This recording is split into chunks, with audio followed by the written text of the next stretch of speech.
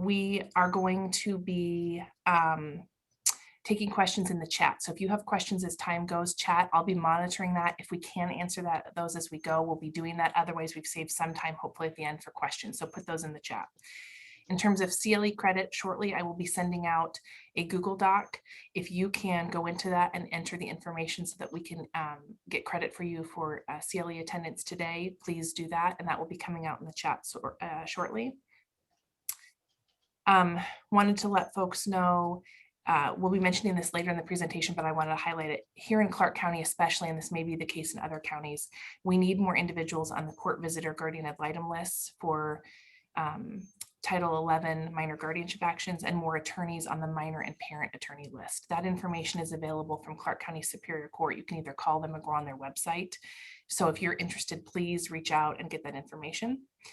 And we will go ahead and get started on our presentation now. So what we're going to be covering today is important issues related to removing children from parents, starting a case both for emergency minor guardianships as well as the full minor guardianship, the basis for appointment of a minor guardian, reviewing co-guardians and successor guardians, how to modify or terminate a minor guardianship, the overlap with non-parent custody and kind of lessons from our CW 2610, and then going over the court appointment process in minor guardianship. So I'm going to go ahead and turn it over to Jeff for him to start the next part of our presentation. Welcome. And again, please make sure that you go in the chat to submit any questions, and as well as to review the sign-in sheet so that we can apply for CLE credit. Thank you. Go ahead, Jeff. All right, so I just emailed the presentation, or not emailed, added to the chat the presentation that we're going to be giving today. And we tried to make this a resource for folks so that you would have something to go back and reference when you're working through these cases. I do want to point out, though, that nobody is an expert in these cases right now. The statute just started January 1st. How this statute is going to play out over the next few years is somewhat up in the air. Courts are still learning as they go. Judges are still learning as they go. So the intent of this presentation is not only to support people in understanding how these cases are playing out now, but to support people in developing this law and moving it forward. So we're going to start with talking about important issues related to removing children from parents. And the first thing we're going to focus on is the racial disproportionality of removal and the Indian Child Welfare Act. And then we're going to talk a little bit about alternatives to minor guardianship before we get going on to the cases. So I just want to identify that a lot of these minor guardianships are going to be parallel to CPS investigation cases. And I do want to point out that there's a very big disparity, racial disparity, between who gets investigated by CPS and who does not. Per 1,000 people, American Indian and Alaskan Native children are more likely to be involved in CPS investigations, as are Black or African American children, than white or Hispanic children. I'm going to talk, this part of the presentation I'm going to talk about is was provided by Sina Littlebird and Jennifer Yogi from Northwest Justice Project's Native American Unit. And they're a great resource for talking about the Indian Child Welfare Act. But the UW-CETA bench book is also a really good resource for general Indian Child Welfare Act procedure. And I've added the link into the PowerPoint so that you can access that. So first, I'm going to do a quick video about why ICWA exists in the first place. So I got to share my sound, and hopefully this will. Oh, sorry.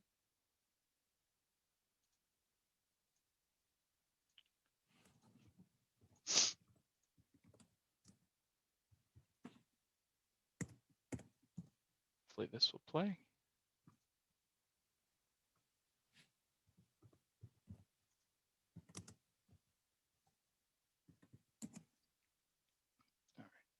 It's not playing in the right window, but I'm going to move it over, and now we'll play.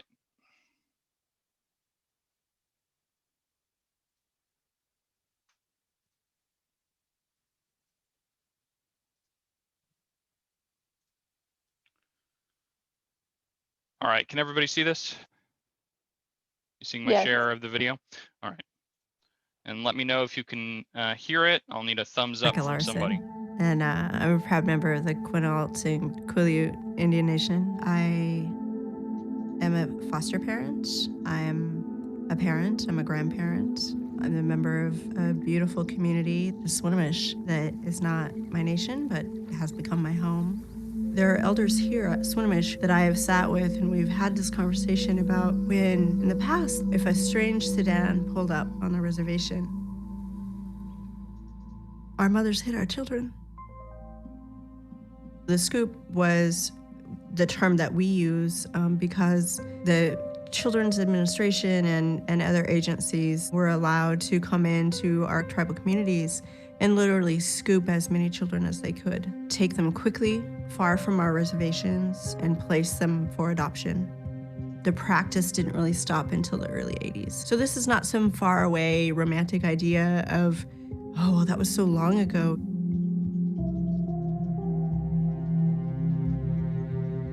My mother, Karen, was taken during that era from my grandmother, Myrtle.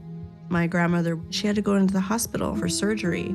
And while she was in the hospital, my mom and her siblings were taken.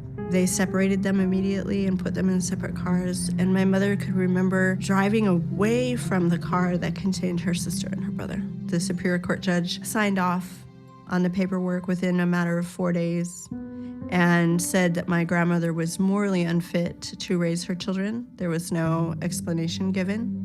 After her children were taken, some things never healed in her. She left the reservation. She was murdered on the streets of Tacoma. She was 38.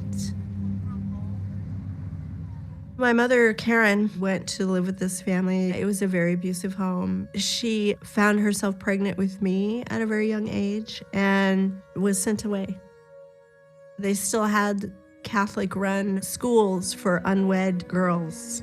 She was forced to sign papers to give me up for adoption, and she ran away from that place and never went home. She carried that brokenness with her out onto the streets, which is where she lived. She was unseen and unheard and never allowed to come home because of those systems that were in place to keep us from our communities.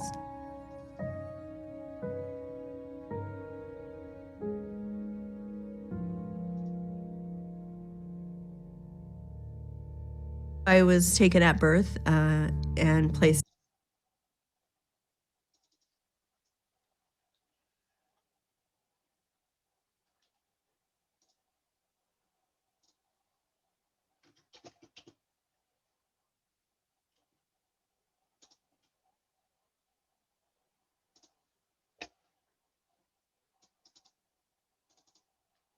So just to talk a little bit about the reasons that the Indian Child Welfare Act exists.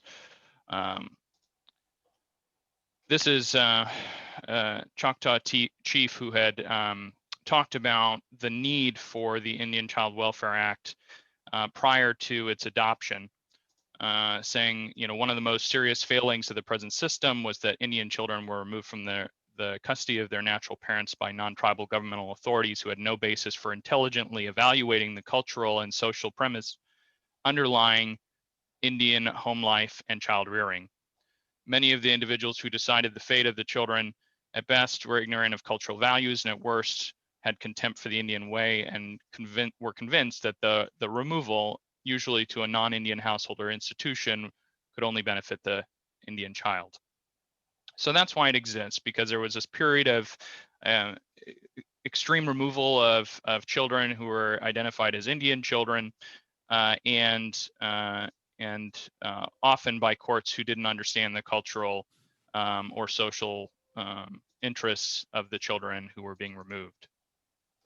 And despite the fact that ICWA exists, we still see a huge amount of disparity among Native American groups and say Hispanic or white children. Also, Black children are disproportionately involved in CPS intakes, screened in intakes, children removed within 12 months, And so the Indian Child Welfare Act's policy goals are to protect the best interests of Indian children, promote the stability and security of Indian tribes and families, establish minimum federal standards for the removal of Indian children from their families, and placing Native children in foster or adoptive placements which reflect the unique values of Indian culture. So the best interests of an Indian child is different than the best interests of a child. It includes a cultural component. I do want to point out that the Indian Child Welfare Act only applies to Indian children, and so the cultural or other issues related to children of maybe Hispanic families or Black families should also be taken into account, but there's not a statute that specifically defines what extra protections those groups are entitled to receive.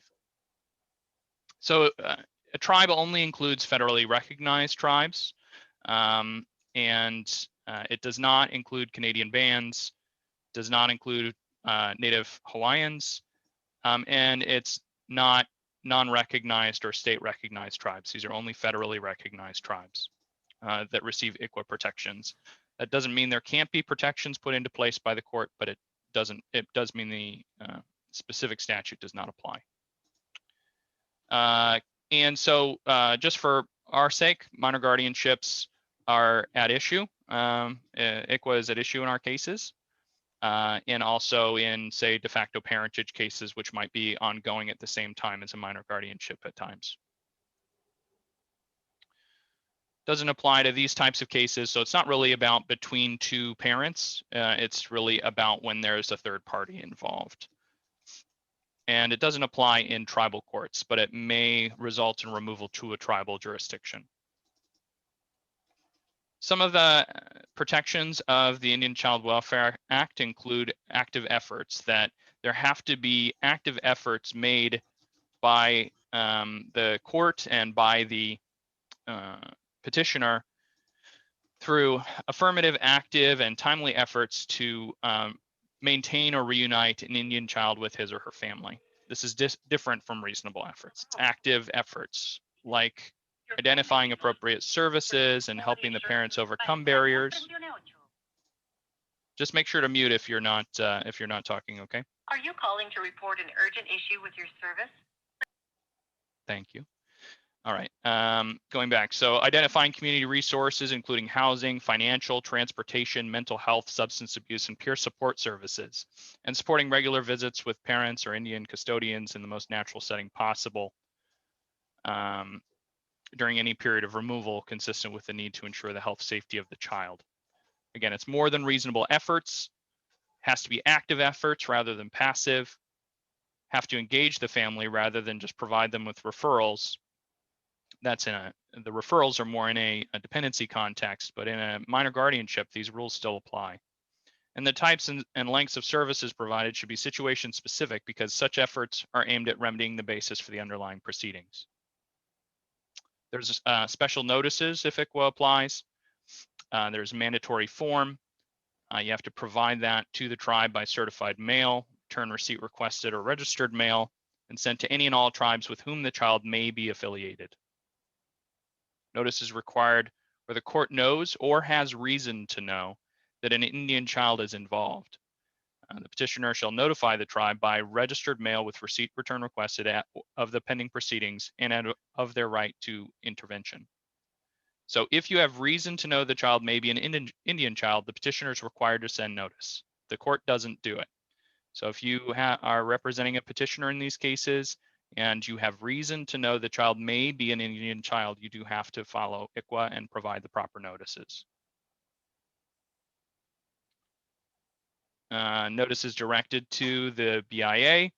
For tribes without a designated tribal agent, you contact the tribe to be directed to the appropriate officer individual. And if the tribe does not respond or accurate contact information is lacking, then you can seek assistance from the BIA local or regional office, BIA being Bureau of Indian Affairs. And there's a link here for that. So here's one example, and you can respond in the chat. So mom tells petitioner, in our case here, that her grandmother was Oglala Sioux. And petitioner calls the ICWA attorney at the Sioux tribe, Oglala Sioux tribe, and asks if the child or parent is enrolled. Oglala's ICWA attorney tells the petitioner that neither parent nor child is enrolled. Is this sufficient to inform the court that the child is not an Indian child? If you say yes or no, let me know why.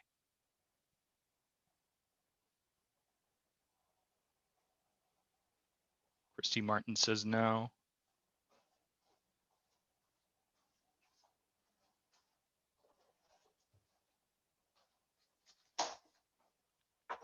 No actual notice to the tribe is needed. Needs more follow-up. Correct. So not done through the proper notice.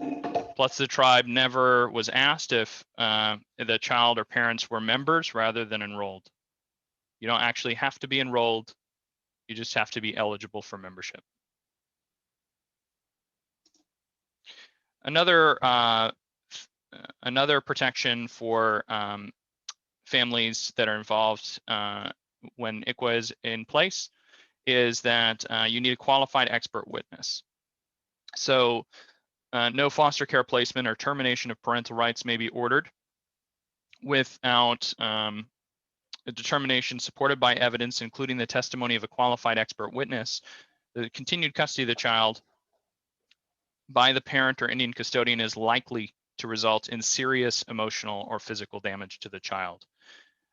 In these situations, the tribe usually identifies a qualified expert witness. It may not be, it generally is not a lawyer or anybody like that. It's somebody who has unique cultural understanding of the tribe and can provide information to the court about the specific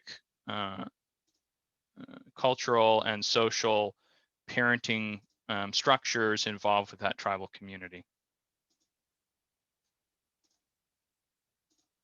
Oh, and Sina's on, one of the people who gave this original presentation, and she says, and it's possible for folks to be members without being enrolled. Yes. Thank you, Sina. And Sina, if you have any other thoughts, please add them to the chat. So as I said, a qualified expert witness is going to be qualified to testify as to the prevailing social and cultural standards of the Indian child's tribe. And the social worker regularly assigned to the Indian child may not serve as an qualified expert witness in the child custody proceedings concerning the child.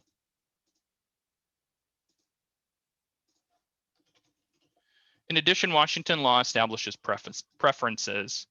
In any proceeding in which the child's Indian tribe has not intervened or entered into a local agreement with the department for the provision of child welfare services, or a child's Indian tribe has not responded to a request to identify a qualified expert witness for the proceeding on a timely basis, the petitioner shall provide a qualified expert witness who meets one or more of the following requirements.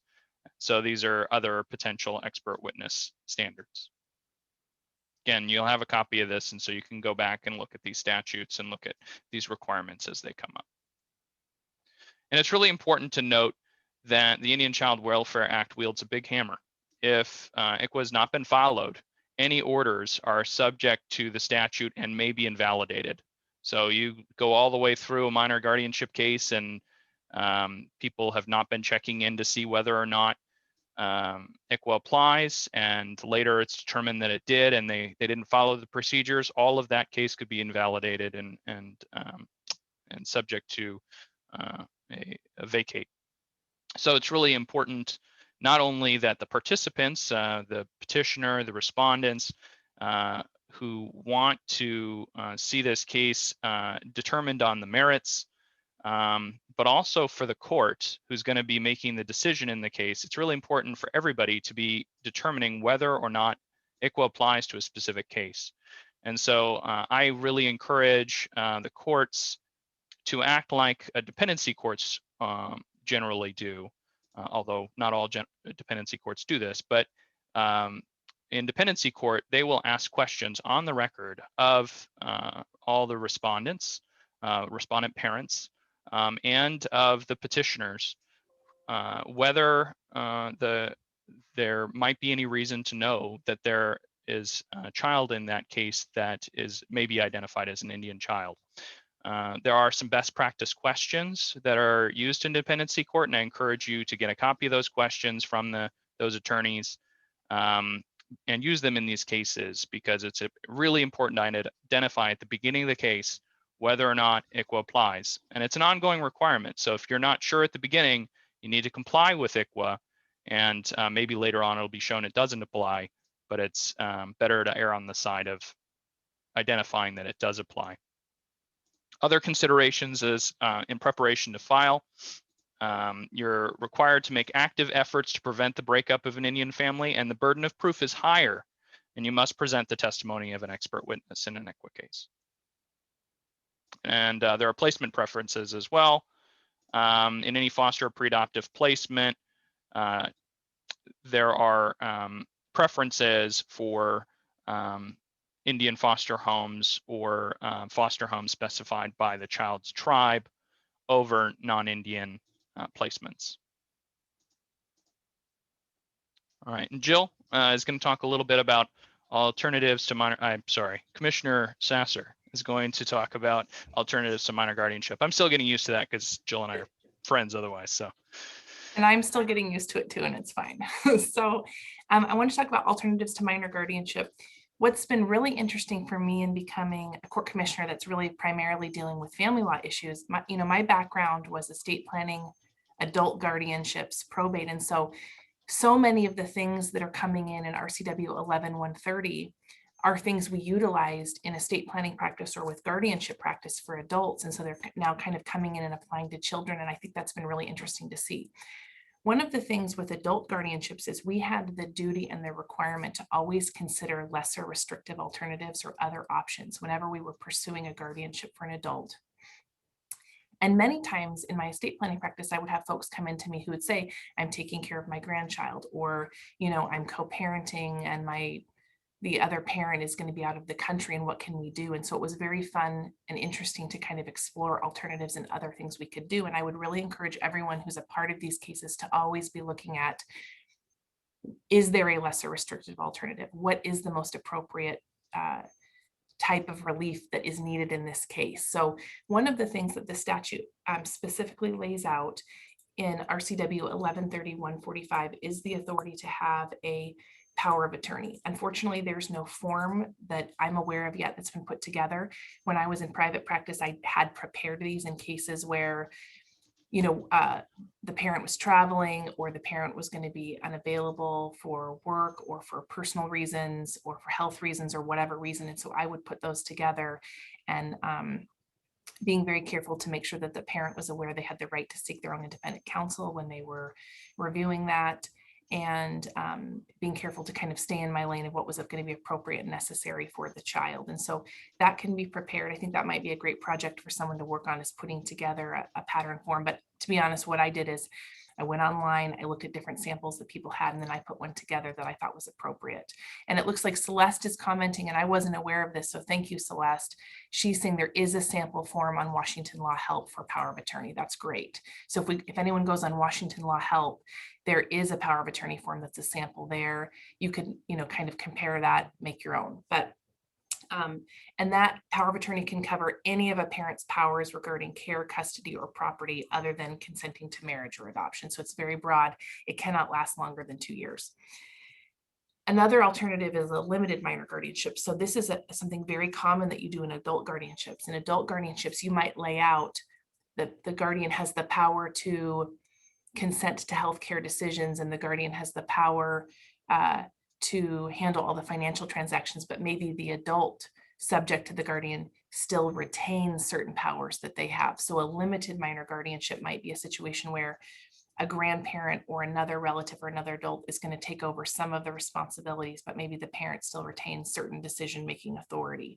So that can be clear in your order of appointment, what powers the minor guardian is going to take on, and the parent might retain some of those powers. And I think those are very good tools to use in these kinds of situations where there may be a need for another adult to step in, but maybe the parent is able to take on and retain some decision-making authority.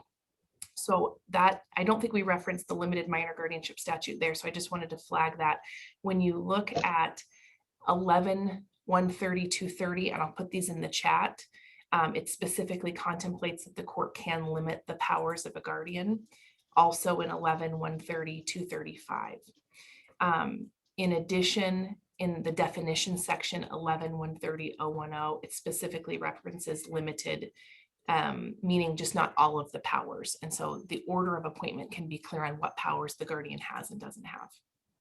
Okay, I'll turn it back over to Jeff. Yeah, and one other thing that I don't mention in the rest of the presentation, but is worth mentioning here, is that the court can also require the petitioner or the guardian who's appointed to file periodic reporting. And so when the court sets up a limited minor guardianship, it might include some sort of reporting requirement to monitor and keep apprised of what's going on with this family as the guardianship continues. All right, so we're going to talk about starting a case, all right, what this looks like from kind of beginning all the way through the end. So who can start an emergency minor guardianship?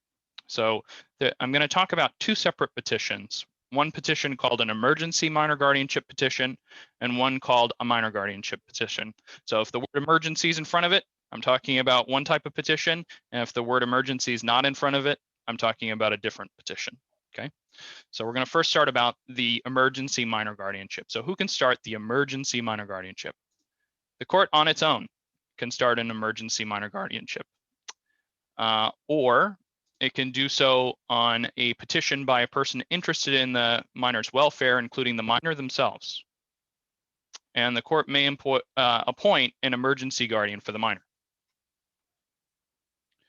The basis for appointment of an emergency guardian, minor guardian, is that the court may appoint an emergency guardian for a minor without notice, so ex parte, under subsection 3, only if the court finds from an affidavit or testimony that the minor's health, safety, or welfare will be substantially harmed before a hearing with notice on the appointment can be held. So again, it has to be minor's health, safety, or welfare will be substantially harmed before a hearing. So that's, the court can do an emergency minor guardianship just at another hearing. You could be in a divorce proceeding, or you could be in a parentage proceeding, and the court on its own could find that the minor's health, safety, and welfare will be substantially harmed, and the court can place the child with a guardian, emergency minor guardian, pending a hearing.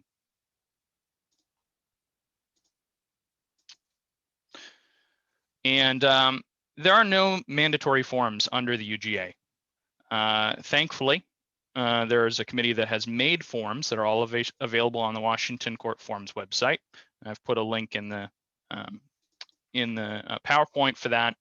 There are no mandatory forms, so you can modify the forms as you see fit. You can make changes to them. There are no mandatory forms for this process. However, I will say that there are some notices and things like that that have format requirements that we'll note as we're going. So an emergency minor guardianship case is going to start with a petition, and there's no summons for an emergency minor guardianship petition. So you only list the children that have the same parents. If there are different parents for the children, then you need to file separate petitions for those children. So any cases where they have common parents, you can include all of the children on that petition. If separate parents, you need to do separate petitions. Courts will look here in the clerk's office. We'll look here to see whether somebody is a relative. And that's important for the filing fee, and I'll talk about that in a minute. But on the second page here, what the relationship with the petitioner and the children is in the case will be relevant to whether they have to pay the filing fee. These sections here you can of course supplement with a declaration. Oftentimes, this is going to be very insufficient for the party to provide information. So there's a all family declaration form that you can file. Again, there's no mandatory forms. So if you pull a family law form from another place, you can use those.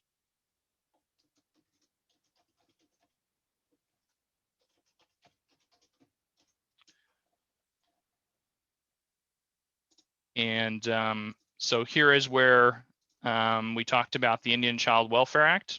Is there any reason to know the children are Indian children? If saying no, you have to say why you know that. And that's where you would have to have done some inquiry to make sure that that child is not an Indian child.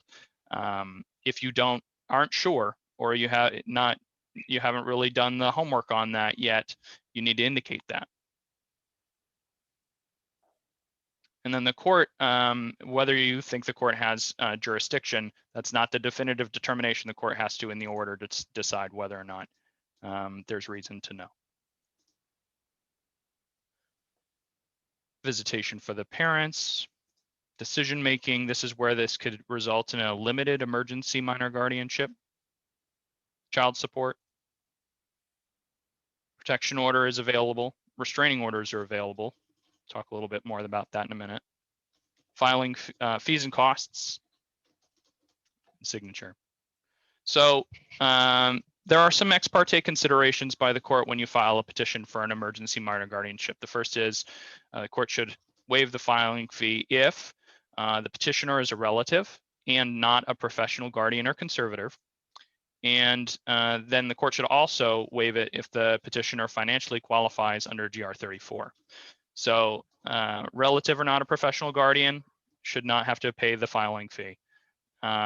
Financially qualifies under GR 34 should not have to pay the filing fee. In Clark County, otherwise, you would have to pay the $240 filing fee to file the case.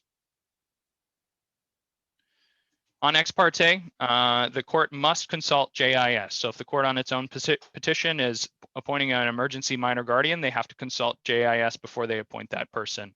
If it's on a petition of one of the parties and they're considering ex parte as to whether or not they're going to grant some relief on a temporary basis, they can't do that if the person is convicted of a crime involving dishonesty, neglect, or use of physical force or other crime relevant to the functions the individual would assume as a guardian, unless the court, in considering the facts, makes a finding that the relative convicted of a crime is qualified to serve as a guardian. So there's a kind of a presumption that they can't, but they can. That presumption can be overcome.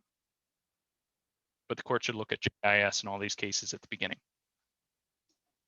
Notice limitations. So one question is, should the minor who's 12 or older receive all documents filed in this case or not?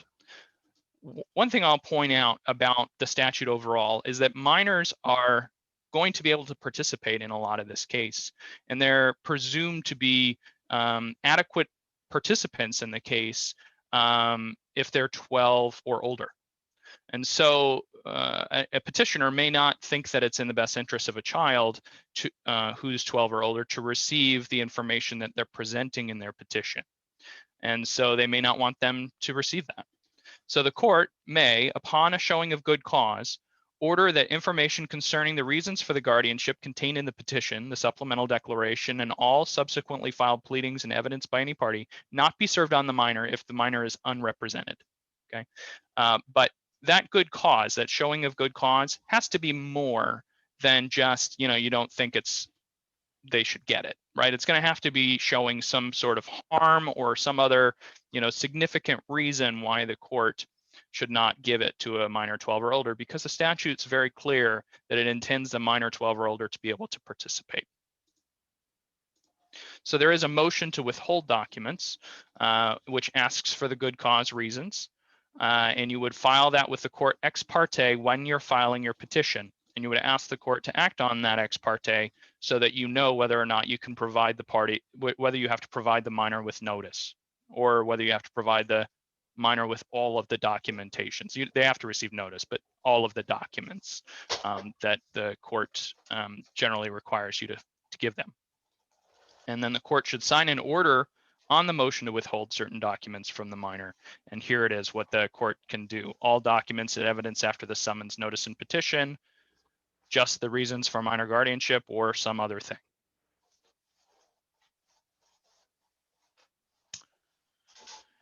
There are also other people that are entitled to notice. And so should any other person who's entitled to notice not receive that notice, the court may waive notice to persons listed under the notice requirements for good cause. And good cause includes an allegation that giving notice may risk harm to the minor. There is no form for this. As I said earlier, there's no mandatory form. So the form I just showed you, the motion, comes in a Word document format. So you could modify this motion to withhold certain documents from the minor to withhold certain documents from and whoever you're asking for the court to withhold documents from, and then also modify the order for that purpose. But again, you're going to have to provide good cause. This isn't going to apply as much to the emergency minor guardianships because there's a smaller nucleus of people who are supposed to receive notice of these cases. Once we get to a regular minor guardianship, there's a broader amount of people that need to receive notice, and that broader amount of people that have to receive notice include people like grandparents, things like that. So sometimes you may not want the grandparents to receive these documents, and there may be good reason to do so. Another ex parte consideration by the court on the filing of an emergency minor guardianship might be a temporary restraining order. But I really want people to note that different than non-parental custodies, the temporary restraining order in an emergency minor guardianship or in a minor guardianship case is not is a civil order only. It is not criminally enforceable. There was a decision in the legislating process to not make parties in these cases well-identified parties. And so really there's no way to make these cases criminally enforceable. So a temporary restraining order will be only enforceable through the contempt powers of the court and not by involving law enforcement. So here's the motion for an immediate order. Without an immediate order, I said earlier, this is the health, safety, or the welfare will be substantially and irreparably harmed prior to the hearing. Why you're not giving notice ahead of time. Indian Child Welfare Act provisions, custody. So when the court when you're asking for custody, it's important to keep in mind that the court in the order would be granting you custody, but the law enforcement may not get involved in these cases, and it may be difficult to get custody if you don't already have physical custody. We'll talk about that in a second. So extend, and then at the hearing, extend the immediate orders, consolidate the case with a minor guardianship if already filed, appoint a guardian ad litem or court visitor, which we'll talk about in a minute, parents' visitation, support, tax issues, fees for guardian ad litems or court visitors. And again, you can use a declaration to add to this form and explain why the court should grant it. Here is the immediate order and hearing notice on an emergency minor guardianship petition. I'll just note that this hearing notice here is not in the format that's actually required. It's supposed to be in larger font. So I'll talk about that in a minute. But it's not clear that law enforcement will take any action to assist immediate guardian to obtain custody of the children. There's really nothing in this order that tells law enforcement or requires law enforcement to help that person obtain custody. So one potential thing you could do in this immediate order is add language that requires the custodial parent, whoever has the custody at the time that the immediate restraining order is being entered, to take the children to the emergency guardian or bring the children to court. But this may be something that the court has to do through its contempt powers at the first hearing. So here is the restraining orders provision. And again, this is not criminally enforceable. It's enforceable through the contempt powers of the court. The clerks to issue letters of limited guardianship to the person, and then the court can delineate what powers that person has on a temporary basis. Here's the letters of guardianship. One thing that the Clark County clerks wanted us to point out to you is that a common issue is that you need to put a date in the order when the letters expire. So on an emergency guardianship, on an immediate order, it's going to be whenever the hearing is. But then on future ones, you'll need to make sure that you notate when this is supposed to expire. And Jeff, one thing on that, I want to say, I've seen a lot of chat on the commissioners about these letters, because I think historically, non-parent custody orders would cover one child, whereas, some counties are having you file individually for individual children. Some counties are letting you file, I think one proceeding if there's one children. So I think you need to look at, do you need to have separate letters for each children, or is your county going to let you have one set of letters for all the children? But regardless, you need to have those different dates in there that would apply to each individual child. Thank you. All right, so after the emergency minor guardianship case is filed, if an immediate restraining order is granted, the court must hold a hearing not later than 5 court days after the appointment of the immediate guardian. Now, there was some question when this statute came out whether it was 5 days or 5 court days, and I think it's 5 court days, and that's just because the Superior Court rules allow the court, when it's shorter than 10 days, to count 5 days as 5 court days. So the hearing must be held not later than 5 court days after the appointment of the immediate guardian. The petitioner then is required to give notice of appointment and of the hearing within 48 hours of it being granted, and must be received by the minor 12 and older, each minor 12 and older, to their appointed counsel if they have any, to each parent and each parent's counsel, to the person having care or custody of the child if not the petitioner and not the parents, and any other person the court orders. The notice has to be in a particular format. The standardized form, the notice of hearing form, complies. As I said, the immediate restraining order does not currently comply. This is the notice of hearing on an immediate restraining order. Even if an immediate order granted with a hearing date, you should also serve this notice, because as I said, this one complies. You can see it's in a much bigger format, much more visually. I think I've written on the here somehow. Okay.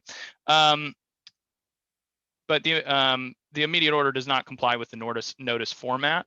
And I think it's also important to point out that this talks about how to respond in the case and who to serve these documents to, and the emergency order doesn't say that. So I would recommend a notice of hearing on the emergency minor guardianship be served on the other party, regardless of whether the immediate restraining order was as well.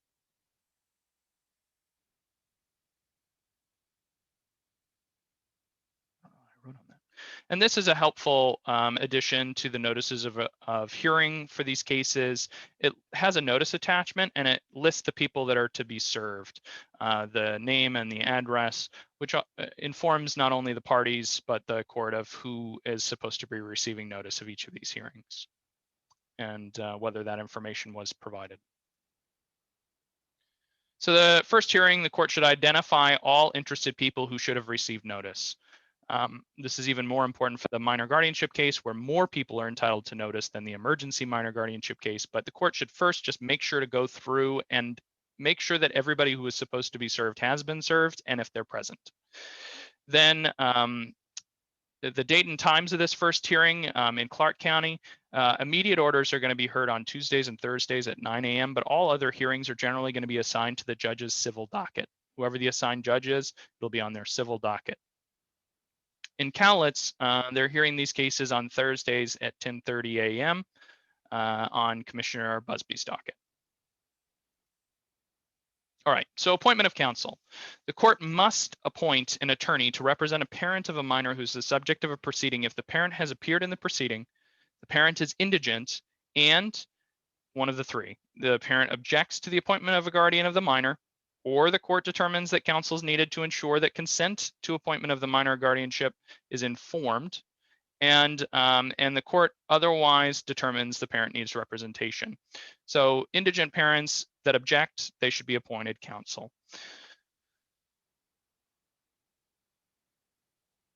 The court may, but is not required to, appoint counsel for a minor as well. There might be some reasons why the court wants to appoint representation for minors who are 12 and older, and we'll talk about that in a minute when we talk about court visitors. But the court may but is not required to appoint counsel for minors. So a parent can motion for appointment of counsel prior to the hearing, and you can file those ex parte through the clerk, or you know, I've found that sometimes the judge who is hearing the emergency minor guardianship docket would be willing to receive those through their JA prior to the hearing. So the motion to appoint lawyer is available on the website. The form does not leave space to ask for why a parent is indigent. So you could use the financial statement form that's included with GR 34 motions, or just add a basis for the indigent finding in the motion, such as receives food stamps or TANF. And so you can see right here, why should a lawyer be appointed in a minor guardianship? Cannot afford a lawyer as indigent is just a box you check, but it doesn't ask for reasons why that person should be identified as indigent, and it's really not included in the rest of the motion. And so I would encourage you to file the financial statement with that, the GR 34 financial statement. That's been acceptable by the local court when I've done this. The parent, if they're filing ex parte, they also need to file the objection to the minor guardianship so they can show that they're objecting, because the motion requires you to actually object. So file the objection to minor guardianship as well.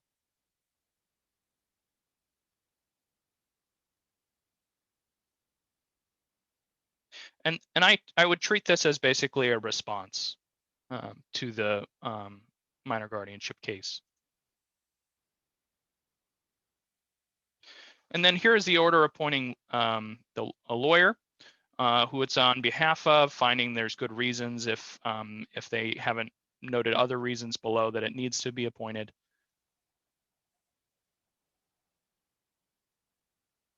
And this form is for all of the guardianship cases, so most of these things are not going to apply to minor guardianship cases. Who the lawyer is, how they're going to be paid. So that's the order.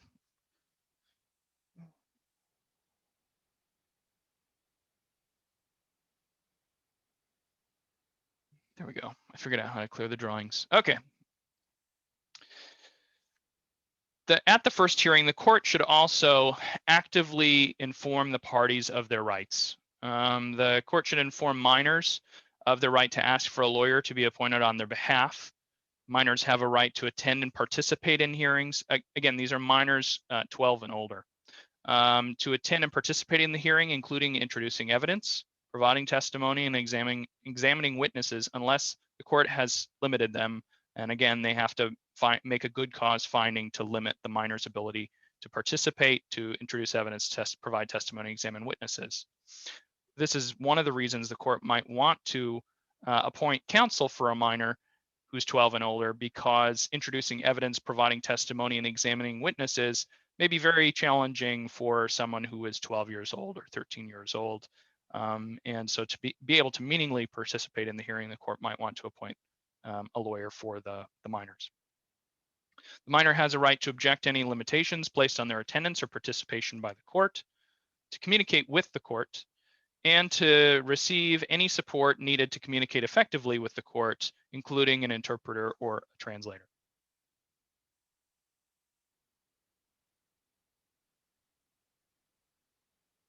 There was a question in the chat earlier, which I'll just go over really quickly. Lacey asked, what do you mean when you said the immediate order does not comply, but the notice of hearing does comply? So there's a size of font requirement and kind of some standardized language that's supposed to be included with the notice of hearing. And so the notice of hearing does have all that language, and the immediate restraining order is not in the proper size and format for a notice of hearing. So that's what I meant by that. And then rights of parents. Parents have the right to object to the appointment of a guardian, to be fully informed of the nature and consequences of the guardianship prior to consenting, if intending to do so, to receive any support needed to communicate effectively with the court or understand court proceedings, including an interpreter or a translator, to ask the court to appoint a lawyer for them and for the child, to hire their own lawyer, to introduce evidence to be heard on their own behalf and to examine witnesses, and to ask for visitation and keep the right to make some decisions for the child. I think at this point, after the court has identified the parties, appointed counsel, and notified people of their rights, the court should then be going over special provisions like the Indian Child Welfare Act. And so these are some best practice questions that I noted earlier that can be asked by the court. So you might want to prepare your client for these questions prior to the first hearing. The court should also ask about the Service Members Relief Act. If a person is a service member covered by the federal or state Service Members Relief Act, there might be special protections for that person in the case.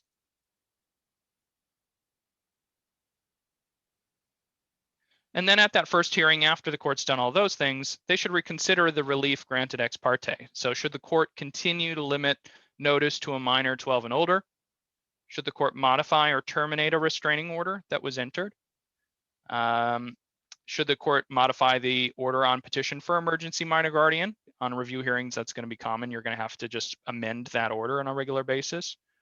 And then after the emergency minor guardianship has started, and we have our first hearing, everybody has notice. The basis for continuation of the emergency minor guardianship and custody with that guardian is appointment is likely to prevent substantial harm to the minor's health, safety, or welfare, and no other person appears to have authority and willingness to act in the circumstance. So it's a slightly different standard than the standard on ex parte. So here is the emergency minor guardianship petition. Order on emergency minor guardianship petition. You can see the kind of more standardized guardianship type box here on the top. Who petitioned, the basis for the emergency guardianship. After the court has done the Indian Child Welfare Act questions, then they can appropriately do these questions. And one box is that the court does not have enough information to decide whether the children are Indian children, and then the petitioners have to make a good faith effort to find out and provide notice. Jurisdiction over the children. The UCCJEA applies to minor guardianship cases, so anybody who's previously practiced family law knows what that standard is. If you don't know what that standard is and you want to ask me questions about that after the presentation, you're welcome to do so. Background records check. This is where I said the court has to look at JIS, but the parties are also supposed to submit some additional documentation to the court.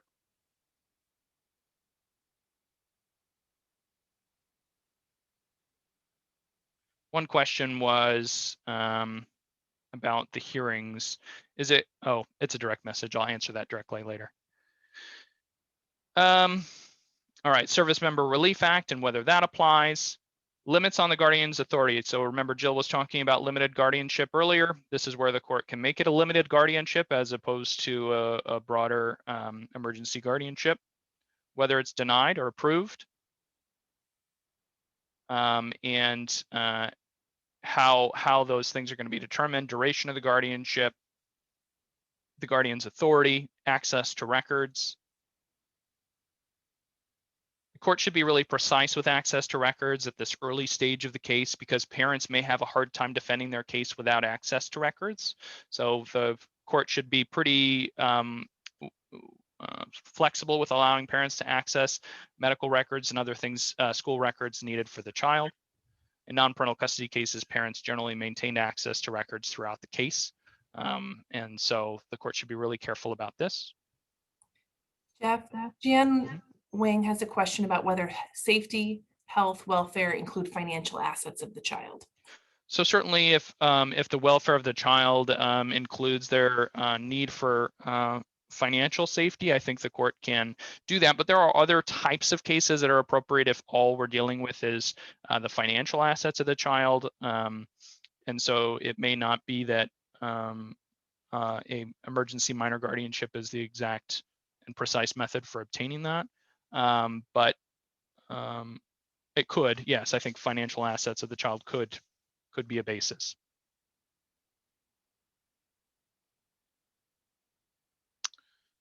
All right, and the restraining order is still in here. Again, that's not a criminal restraining order.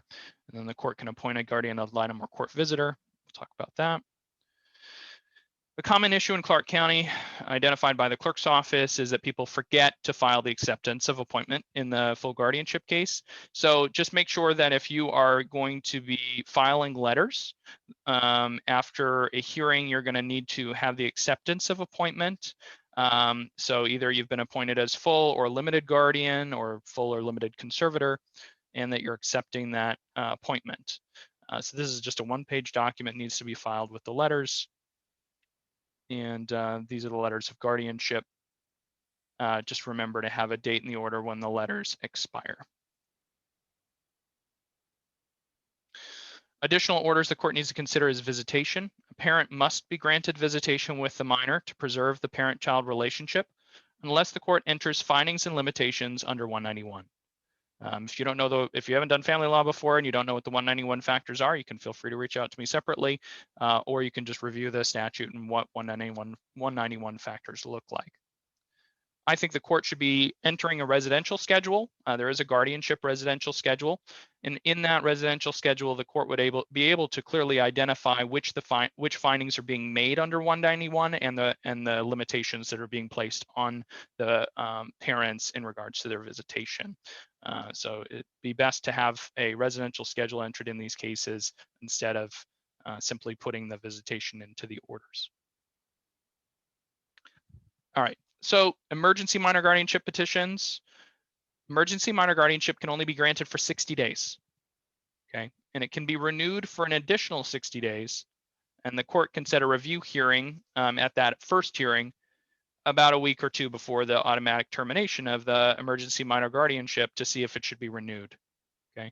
And then it can be renewed for the duration of a regular minor guardianship case, but only if one's been filed. So an emergency minor guardianship is supposed to be this short-term process where you can have short-term custody of the child if a minor guardianship case has not been filed. But once an emergency guardianship case has been filed, then the court can extend the emergency minor guardianship past the 120 days. So it's really important to recognize that if you filed an emergency minor guardianship, it has to end after 120 days unless a minor guardianship case has been filed. All right, so now we're going to talk about the minor guardianship case, and it's slightly different than the emergency guardianship. Who can start a minor guardianship case? A person interested in the welfare of a minor, including the minor, may petition for appointment of a guardian for the minor. So the court doesn't do a minor guardianship case. They can put an emergency minor guardian in place, but the court cannot on its own appoint a minor guardian in full. What has to be filed? There are no mandatory forms, again, for these cases. There is a summons for a petition for minor guardianship. And one thing I didn't point out earlier is that on an emergency guardianship petition, there is no summons. So really establishing personal jurisdiction for the purpose of certain types of relief doesn't really happen in an emergency minor guardianship. So things like child support, you may not have personal jurisdiction over a parent. You may have UCCJEA jurisdiction over a child, but you might not have jurisdiction over a parent. And so in an emergency minor guardianship case, the court needs to be very careful about determining whether it has personal jurisdiction over a parent to be able to establish child support. In a minor guardianship case, the court has a summons, and so at that point, after service, can determine whether or not personal jurisdiction has occurred. So I'm just pointing that out. I think it's a little bit of a funky issue with these cases, but you do have a summons in the minor guardianship case. And here's the minor guardianship petition. It notes up on top here some of the things that really should be filed with the minor guardianship petition at the same time. Again, it's the same thing. If you have children of the same parents, you can list them here. If you have children of different parents, you're going to need to do separate petitions. Again, relative of the case determines whether or not there's a filing fee. A petitioner can ask for some other person to be the guardian, which is a little different than non-parental custody cases.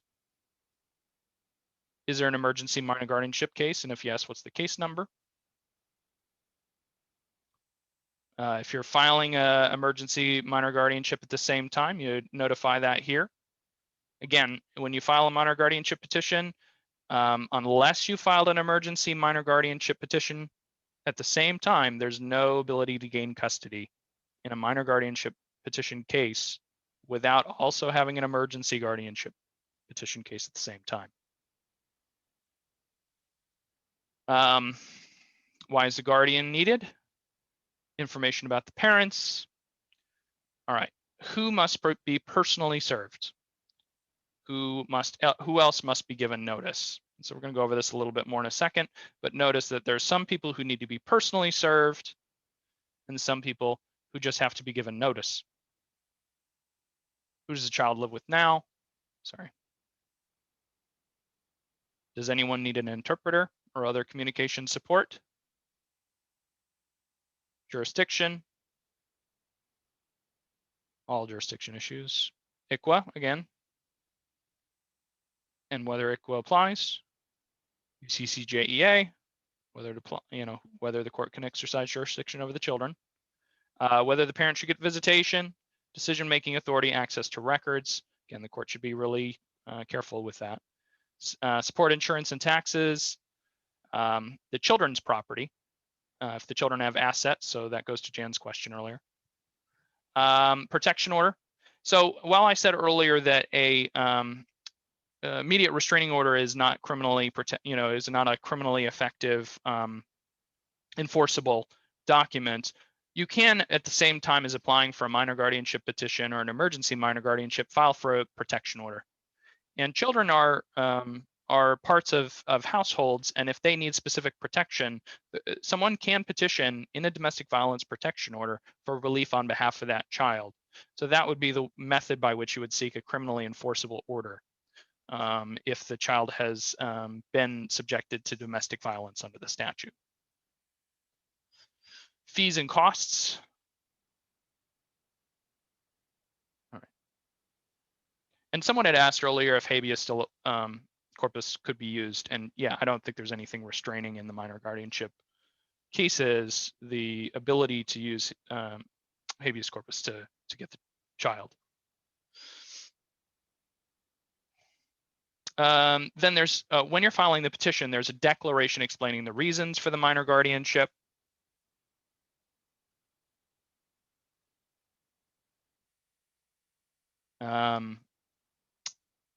And should the parent's contact be limited, and this is where those 191 factors come in. All right, there is no joinder in minor guardianship. Okay, if a parent wants to consent to a minor guardianship, there's a separate form for that called a parent's consent to minor guardianship, which is this form.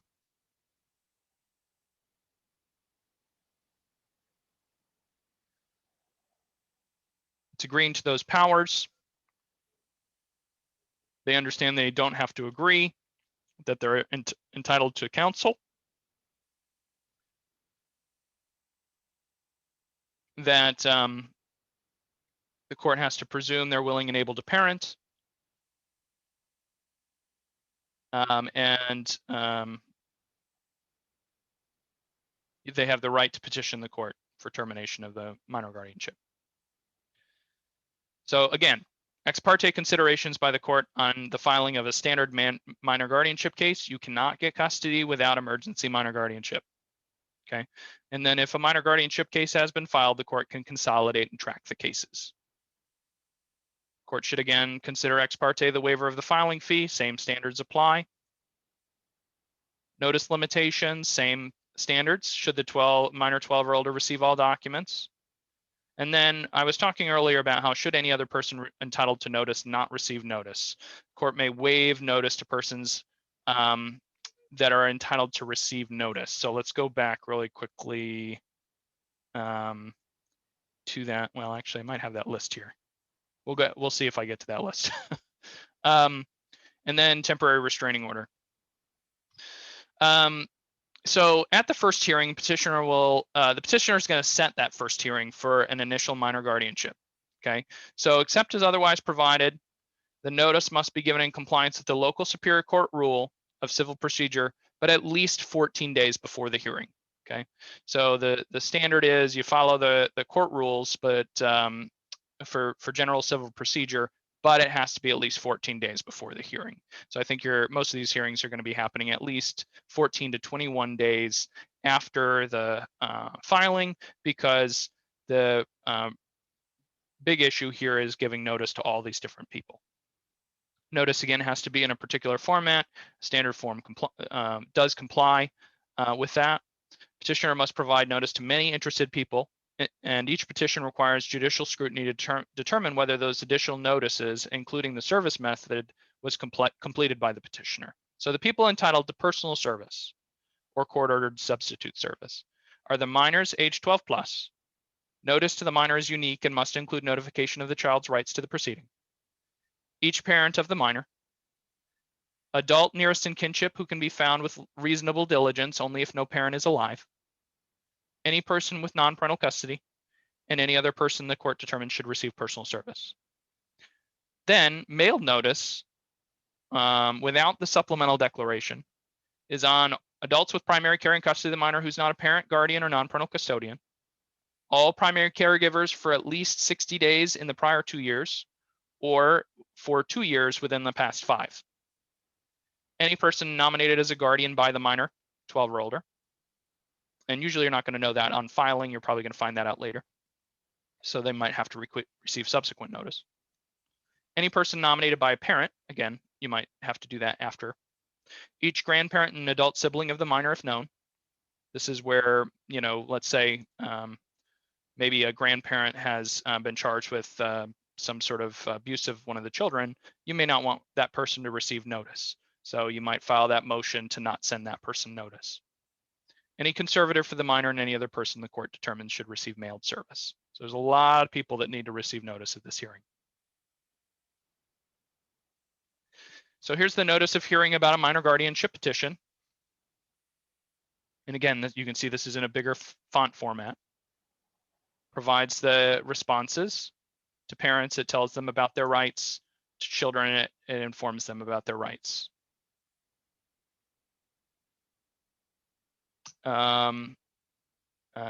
If you disagree, this is how a parent can respond, and the information about filing.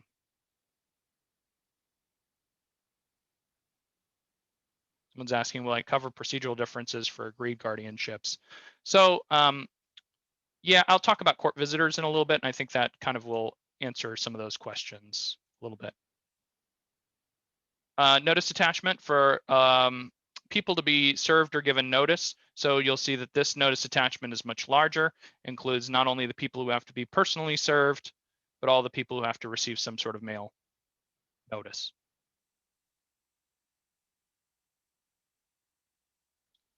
So I actually lied on this slide. So the first hearing in a minor guardianship case in Clark County is actually going to be before the judicial officer who's assigned. So ignore that slide, that's incorrect. And you should note it now so that you don't do it wrong in the future. Cowlets, you're still going to get that on Thursdays at 10:30, but then eventually the court will cite it on before a judicial officer for finalization. Again, at the first hearing on a minor guardianship case, the court should scrutinize the proof of service, set strict deadlines for service on necessary parties, but the court cannot finalize a minor guardianship without substantial compliance with service on minors 12 and older and parents. So the court will probably particularly focus on that, but they should focus also on all the other additional people who are supposed to receive service. So the court should identify all non-discretionary parties, and that's minor 12 and older, proposed guardian, and parents. But there are people who can request permission to participate in a hearing, and the court then may grant the request with or without a hearing and determine that it's in the best interest of the minor that person be able to participate. And then the court can impose appropriate conditions on that person's participation. So what I'm saying of this is like discretionary standing. So let's say a grandparent receives notice and they want to participate in this process. They can participate in this process if they ask the court to grant them permission to be involved, and the court lets them be involved. So this is different than dependency. A lot of people in dependency, there's maybe a grandparent or a sibling or someone who wants to be involved in the dependency process, but the court often does not allow them because they don't have standing in that case. Here in the minor guardianship cases, those people may have a form of a discretionary standing, is what I'm calling it, where they can participate in the case, but in a way that the court thinks is appropriate and in the best interest of the minor. So the court should identify all non-discretionary parties, but then the court should also decide who is going to be given that discretionary standing so that those people receive notice of all future hearings as well, so they can participate. Does that make sense to everybody? Someone wrote, could this interested person just show up at a hearing and make the request to participate, or do they need to file something in advance? So there's no requirement that they file something ahead of time. The court may say, well, I'm not going to make that decision without notice to all the parties. But the way the language is written in the statute, it does say with or without a hearing. So it really does seem to indicate that a person could file this ex parte and the court could make that decision without notice to all the other parties. That being said, I think the court also can withdraw the discretionary standing, even though the statute doesn't really say that. I think it's inferred, because the court may determine it's no longer in the best interests of the minor to allow this person to participate in the hearing and withdraw that.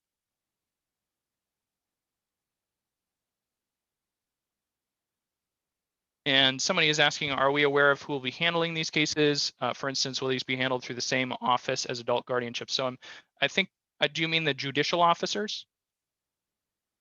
Yes, okay.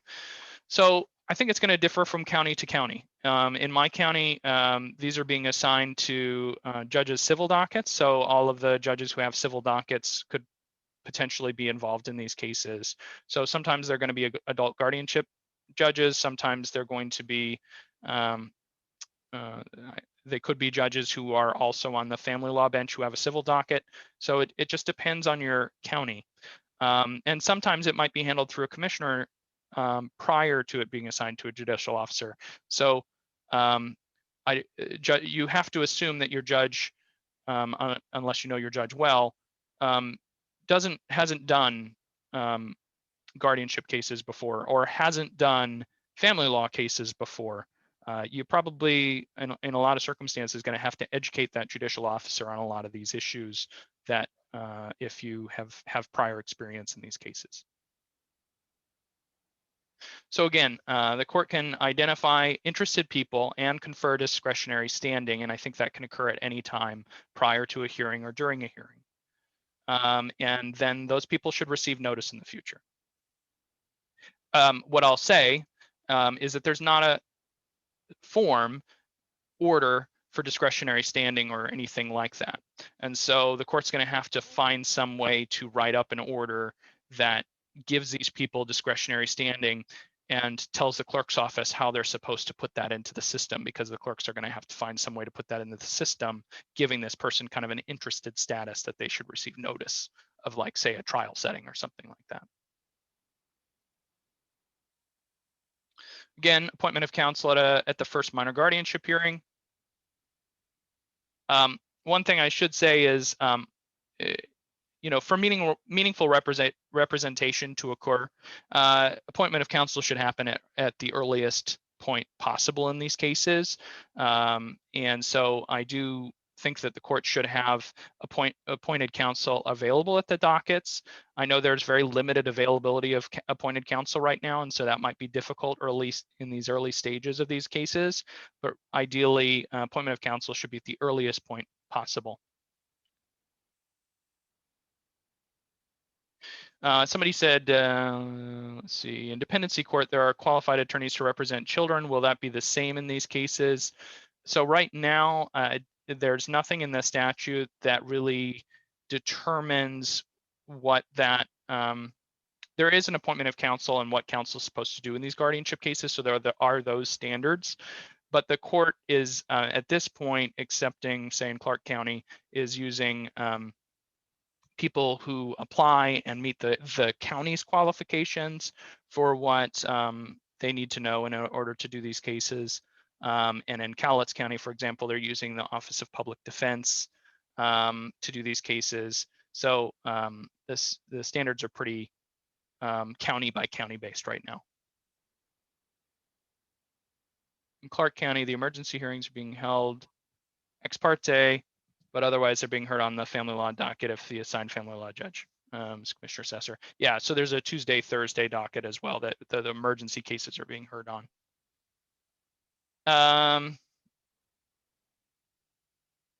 Let's see. And again, you can file for appointment of counsel prior to the hearing. The court should go through the rights of the minors, go through the rights of the parents, do the special provision inquiry like Indian Child Welfare Act and Special Service Members Relief Act. Now we're to the court visitor. So in an emergency minor guardianship, you're probably not going to get to the court visitor stage unless a petition for minor guardianship is filed, because this is really about how the case is going to play out for finalization. And so at a initial hearing on a regular minor guardianship, court may appoint a court visitor. The court has to appoint a court visitor if the case involves a minor 12 and older and the court does not appoint an attorney for that matter, okay, for that minor. If the petitioner is unable to serve notice on one of the parents, one or both parents, or the petitioner alleges that a parent waived the right to notice, then the court has to appoint a court visitor who's going to investigate those issues, among others. The costs of the appointment of a court visitor is going to be assessed to the petitioner, the minor, or any other party, unless it would result in substantial hardship or would be unjust on that party. So generally, the minor is not going to be assessed those costs unless they have some sort of estate. If imposition on the parents would be a substantial hardship or would be unjust, it won't be assessed on them. And it's possible it won't be assessed on the petitioner as well. I don't know that the county has money set aside for these court visitors, but one does have to be appointed in some of these cases, and there is a substantial hardship or unjust standard for imposition of those costs. So the duties of a court visitor. The court visitor is to attend all court hearings and pretrial conferences for the case that are related to the children unless the court says otherwise. They're to meet with the minor or minors and explain the rights outlined in the notice of hearing, to find out the children's views about the guardianship or guardian, and inform the court if the minor wants access to all documents filed in the case. Decide if a parent who was not served can be located with reasonable effort. Interview the petitioner and the minor. Confirm whether a parent consents to guardianship, and execute additional duties the court requires in the appointment order. And at that hearing where the court is appointing a court visitor, you should ask for a date of completion of the report. Here is the order appointing a guardian ad litem or court visitor. And your county may have a specific form that they're using. So you may want to check your county and see if they're using the same form or they're using the general form. And so this is the order appointing a court visitor, assigning the duties, releases and access to information, confidentiality, fees, and any other orders the court wants to make. So what you'll notice is the difference between a standard guardian ad litem in Title 26 cases and a court visitor is that this isn't as expansive into the 191 factors. I think the court could appoint a court visitor, and under that provision I said earlier, which is execute additional duties the court requires in the appointment order, require the court visitor to do more, including up to Title 26 type responsibilities. But there are some court visitor responsibilities that could contradict the best interests of the child standards. which is what a guardian ad litem is supposed to be following. And so it's probably best practices that if the court wants to do a Title 26 type investigation for visitation with the parents and things like that, they'll probably want to appoint a guardian ad litem for that purpose. And then the court probably want to appoint a court visitor for the specific role and duties of court visitor. That's probably best practices. But theoretically, the court could appoint a court visitor and ask them to do Title 26 type investigation.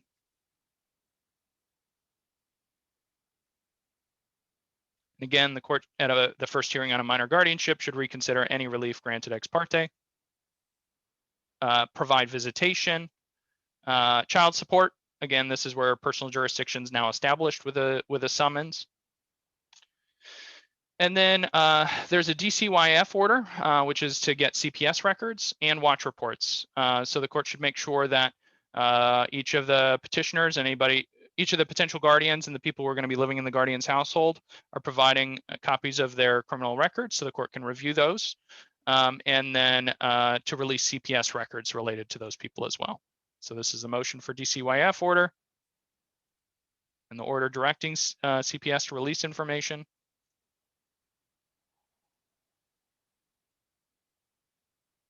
And then the cover sheet for the criminal history.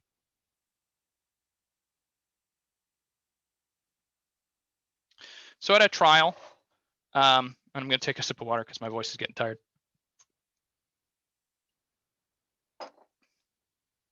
At a trial and a finalization of a petition for minor guardian. To appoint a guardian for a minor, the court must find the appointment is in the best interest of the child and one of the following: that each parent of the minor, after being fully informed of the nature and consequences of the guardianship, consents. So there was some question earlier from somebody about whether I was going to go over the procedure for parents agreeing to the minor guardianship. And so this is the standard. Each parent of the minor, after being fully informed of the nature and consequences of the guardianship, consents. So you could file the petition for a minor guardianship. You could then provide all the notice to all the appropriate parties, and you could include with that the parents' consent to the minor guardianship. And then the court, at a hearing in which they are granting such a minor guardianship, would need to make sure that all the service requirements are followed. The minor gets to participate, so the minor might object where the parents consent.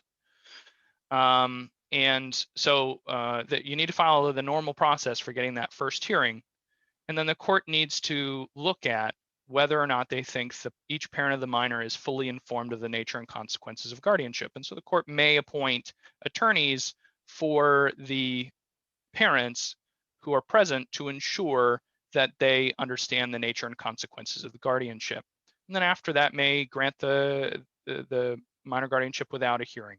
But I don't think that the parents consenting gets away from all the other requirements of filing your case and notice on all the other parties, because they all have some interest in participating in the process.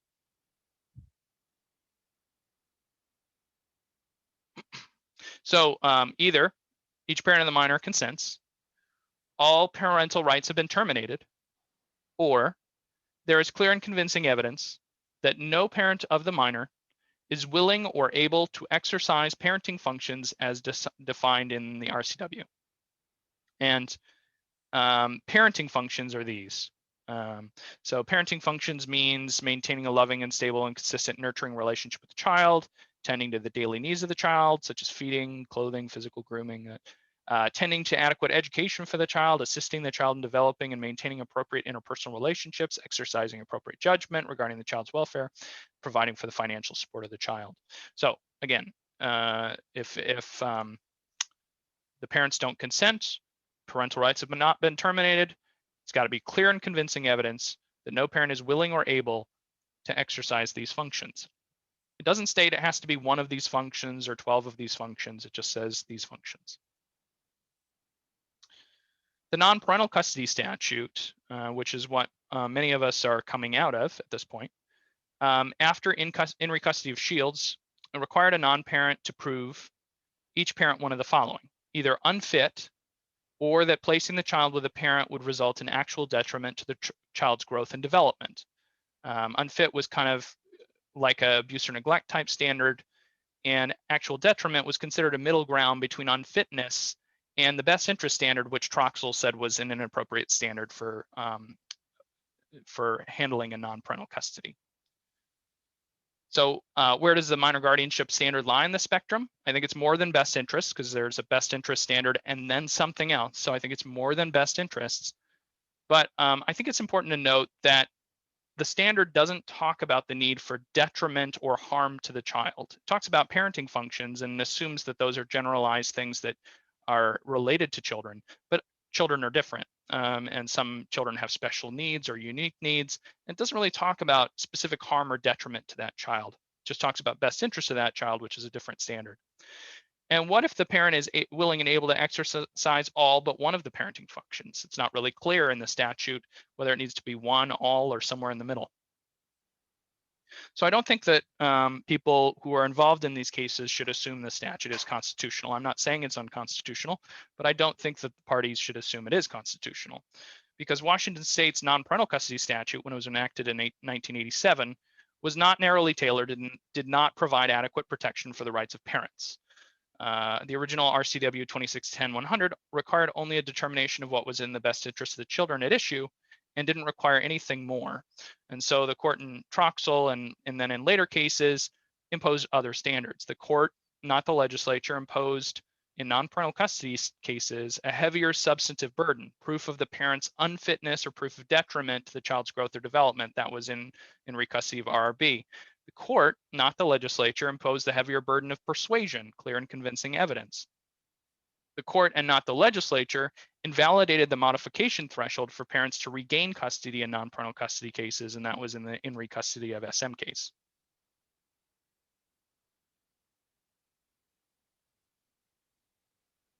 One question is the minor guardianship statute part of the uniform statute? In other words, I'm wondering if a challenge might come from another state. So I think that Washington State, and I think maybe Celeste is on right now, or Jan, and they could confirm for me, but I think that we're the first state that's adopted this uniform law. And so I think that we probably will be the first to make law out of this of these cases.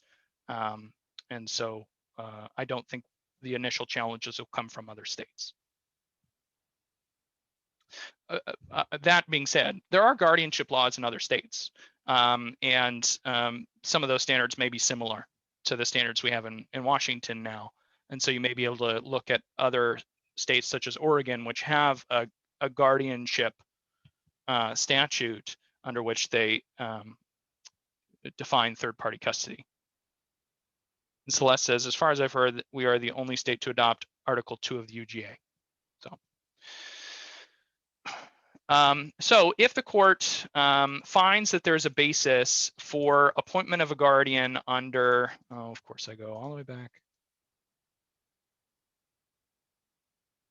If under this standard, the court finds that there should be a guardian appointed, or under the other standard that all parental rights have been terminated or each parent of a minor consents, the court still has to determine that the person who wants to be the guardian is qualified.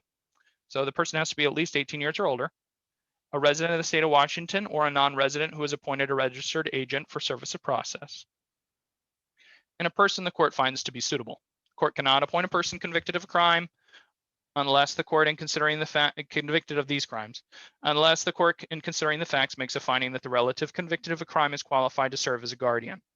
Okay. Celeste also points out that we're the only state to have adopted Article 2 of the UGA, and we made a lot of amendments to it in the session before this was adopted. So our law might be substantially different than other laws. And I will point out too that you're entitled to appointment of counsel in these cases, whereas you're not weren't entitled to appointment of counsel in the non-parental custody law. And so the standards of proof and what is required may be different according to the court if you have the availability of additional protections. I don't know. Not only does a guardian have to qualify as suitable and not having these criminal backgrounds or be the court finding them qualified or be 18 years or older, but they also have to disclose bankruptcies if they're going to be handling somebody's money, and disclose their criminal history, disclose whether they've had any breaches of fiduciary duty or other issues. In the final hearing, the court should hear from the petitioner, the respondents, children 12 or older, the proposed guardian, court visitor, guardian ad litem if appointed, and any person granted discretionary standing. If ICWA applies, the court should also hear from people identified by the tribe, including an expert and a witness. And the state of Washington might also appear regarding child support. So there's going to be a lot of people involved in these trials. What about negative CPS history, but no criminal history for a proposed guardian?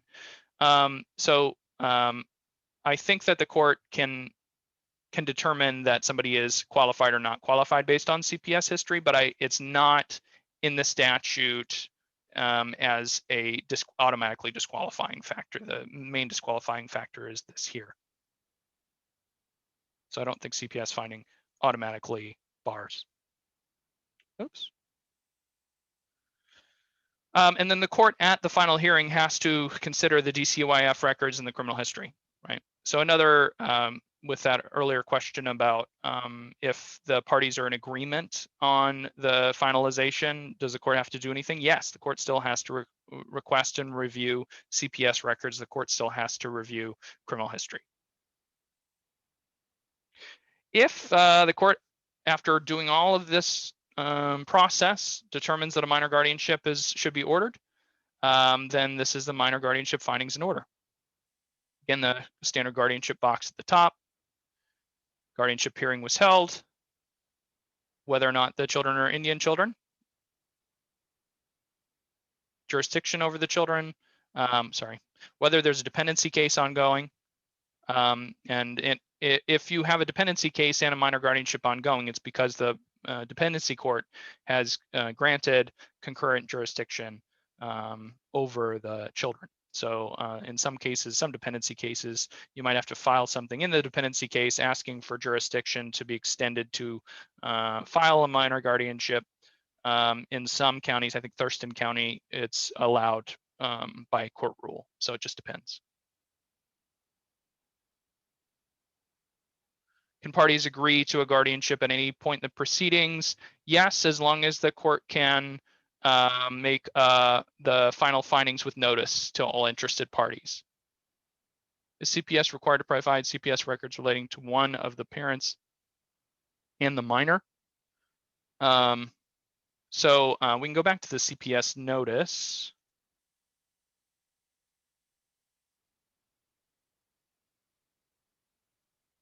Oh, I might have to go back a far way. I'm not sure where it is. Well, I'll go back to that later. But the CPS records, I think it's all CPS records related to whoever the court is ordering DCYF to provide them for. So yes, joint.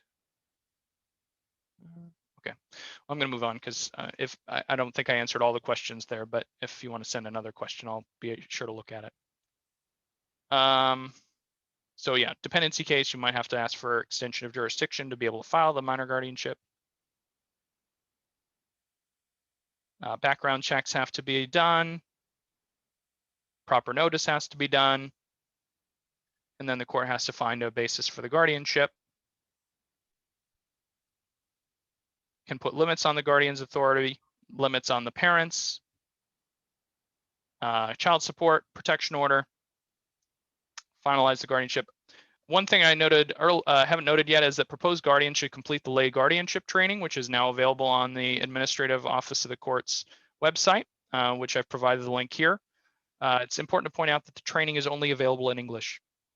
If the guardian is limited English proficient, you can ask to waive the requirement, or if you think it's important that the person go through the lay guardianship training, you could ask the court to provide an interpreter to complete that, and the court should do so. You may be required to give future notice to other parties. The court can require a appointed guardian to complete reports periodically, provide what authority the guardian does have and what the parents or child still retains. Visitation, again, I would encourage people to use the residential schedule so that appropriate findings are made, but that could be listed here. The Relocation Act applies in minor guardianship cases to the minor guardian. And so you have to follow those requirements. So it does provide the notice here. Child support, health insurance, taxes, protection order, the fees of the guardian ad litem or court visitor, lawyer fees. Here is the information regarding relocation, which is added as an attachment to this document and not included in the form, middle of the form of the order like other forms. Jill, I think it's your turn. Are you ready for a break? Yes. Okay. All right. Okay. So acceptance of appointment. So this, we've touched on this, and I'm just going to briefly review it again. This is something that we've done commonly in adult guardianships. We're doing it here because this is, let's say that your guardian isn't necessarily your petitioner or another party to the case. This is how the court confirms they have jurisdiction over the guardian. So it's important they complete this form and confirm whether they're a full or limited guardian and get this filed with the court. In addition, we've kind of talked about the letters. I'm just going to touch on this again. It's important that it's clear whether it's a full or limited guardianship. Your letter should be consistent with your order. If the guardian or conservator doesn't have all of the powers, then it's a limited guardianship, and that needs to be checked. The dates need to be filled in properly depending on whether you're doing letters for all the kids, if they're all under one case, or separate letters. And your county may have a rule on this of whether you're required to do separate letters or you can do group letters, but in any case, the dates need to be clear on there and correct. All right, then we're going to move on to the next slide, basis for appointment of a minor guardian, just kind of confirming here, if the court does dismiss the petition, the court needs to evaluate whether the petition was filed in bad faith, and if so, the court can assign the court visitor costs and any court-ordered evaluations to the petitioner. In addition, this is likely to rarely be relevant in a minor guardianship, but the court can also assign costs to the respondent as well. And so that is something to be aware of. If this is a child that does have means, the court can, you may want to ask the court to have any of those costs allocated to any of the child's assets.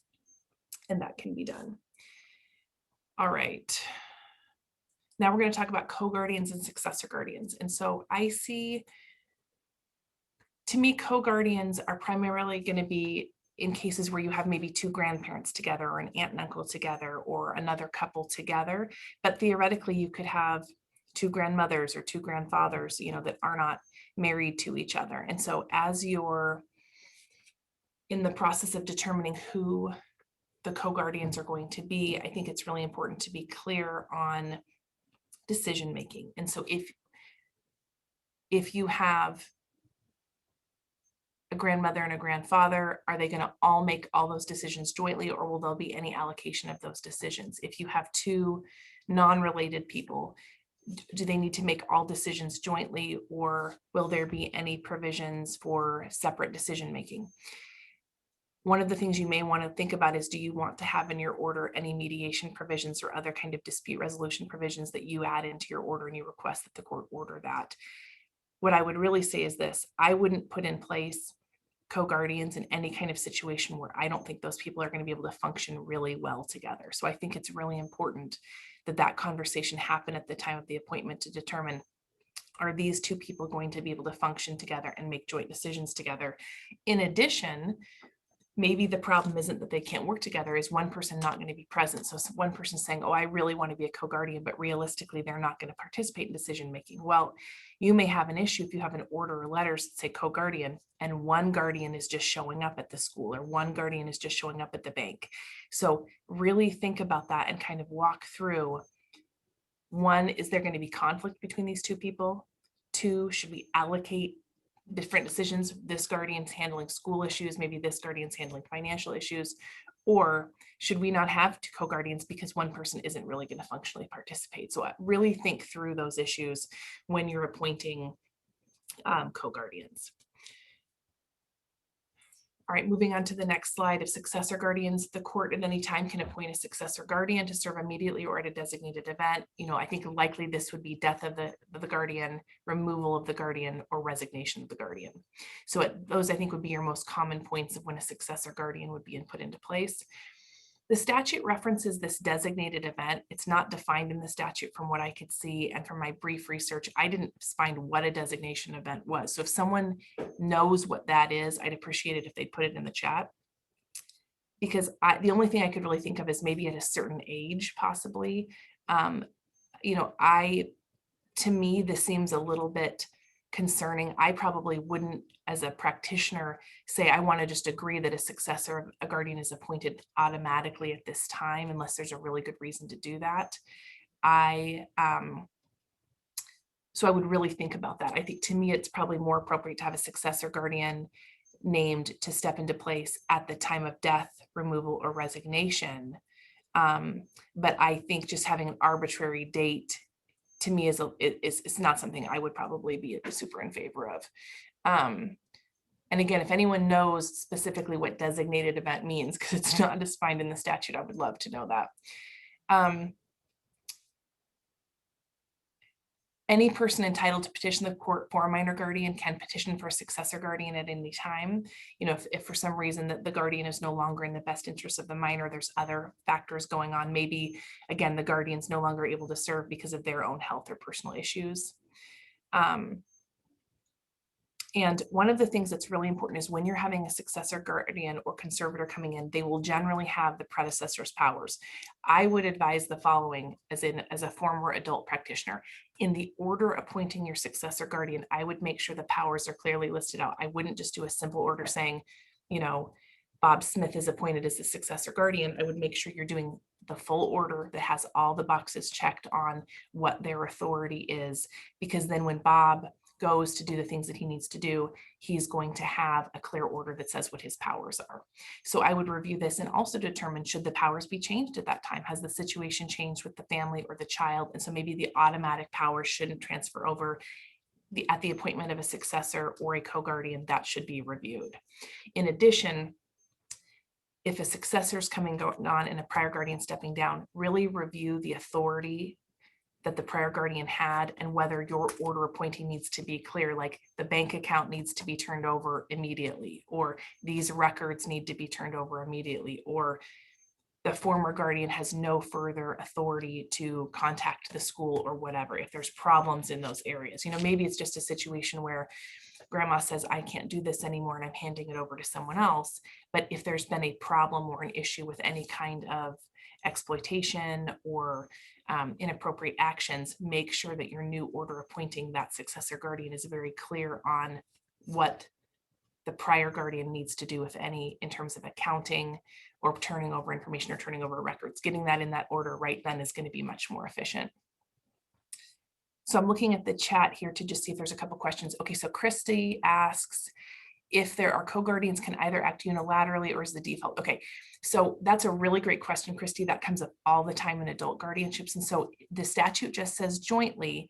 It's going to probably be up to the individual service holder, like the bank or the school, or the passport office or whatever, on whether they're going to require both guardians to sign or just one. So that's why I say, don't just automatically say both parents, like both grandparents or both aunt and uncle should be the co-guardians. If one of them functionally is not going to be able to sign or really take any actions, I would look at that and either then say this guardian has the power to do all of these things, and then maybe this guardian is limited, or just have one guardian and not have co, if they're either not going to be available or they're not going to be able to act. Because jointly, to me, probably, which is what the statute says, probably means they both need to act together, but it's up to really the service provider, e.g. the school or whoever, to make that decision on what they will accept. You probably could get in your order that one can act without the other, but of course there's a risk of what if they don't agree and what if they're acting differently. So you need to evaluate that and tailor your language in your order to the situation. Okay, no one else seems to know a designated event. being other than death, removal, or resignation. So again, I would sort of be interested in the drafters of the statute where that language came from. Okay. All right. I think they're trying to make it discretionary by the court. So I think they're trying to give the court options for when a designated event occurs, and they can list it in the order. That's what I think that means. But yeah, and I think you're right that the court absolutely needs the discretion to remove or modify at any time. I just don't know what another event would be. I mean, the other one would be that wouldn't be removal, resignation, or death. You know, just to me arbitrarily saying when child turns 13, this is going to change. I don't know if that's a great idea, but totally agree. Okay. So in terms of selecting a successor guardian for a minor, so we're moving on to next slide, there are priorities that the court needs to follow when they're reviewing this. Obviously, you can make any argument you want to the court, but the priorities are supposed to be who is named in the will of the parent. This carries over from the prior language in RCW 11, which also 1188, RCW 1188 also said that the court shall look first to the will of a parent for appointment. The standard is different here though, which is sort of interesting because I had this come up. If the will says person A should be the guardian, under the old law, as long as person A was qualified to serve, person A was supposed to be appointed. It was not a best interest standard. Now, under the new statute, the language is unless it is a best interest. So we look to the person named in the will unless that's not in the best interest of the minor. So that gives the court a lot more discretion than under the prior statute. If you have two parents that have different nominees in their will or other document not naming a guardian, then the court is going to again look to the best interests unless they say neither of them is. So this really takes, it's sort of interesting because in the estate planning world, we really want parents in their wills to name guardians in the event that this happens. And in my estate planning practice of 14 years, I had about 6 to 8 cases where I had either both parents deceased or one parent deceased and the other parent was choosing not to parent and had not parented. And so basically was not wanting to parent. So it does come up, and having those documents in place are really important for clients to have named who they want to serve. But under this new law, the court has a lot more discretion than they did in the past. If there's no guardian named by a parent, in a will or similar document, then the court looks to the wishes of the minor if they're 12 years of age or older. Again, if that's not in the best interest, then the court chooses who's in the best interest. So ultimately what we see here is it's good for minors to express their wishes. It's really important for parents to name their preference, but ultimately it's up to the discretion of the court. And so there'll be argument from interested parties on who they think is in the best interest of the parties. Moving on to the next slide, additional considerations. What I also thought was interesting here is not within 30 days of the appointment after successor guardian, the court shall give notice. So that's different than adult guardianships or prior guardianships for minors. In those cases, it was up to one of the parties to do it. In this case, the court is to provide the notice of the appointment of a successor guardianship. And so each court is going to make sure that they determine how their court is going to handle that. In addition, a guardianship for a minor that's removed shall cooperate with a successor guardian to facilitate transition.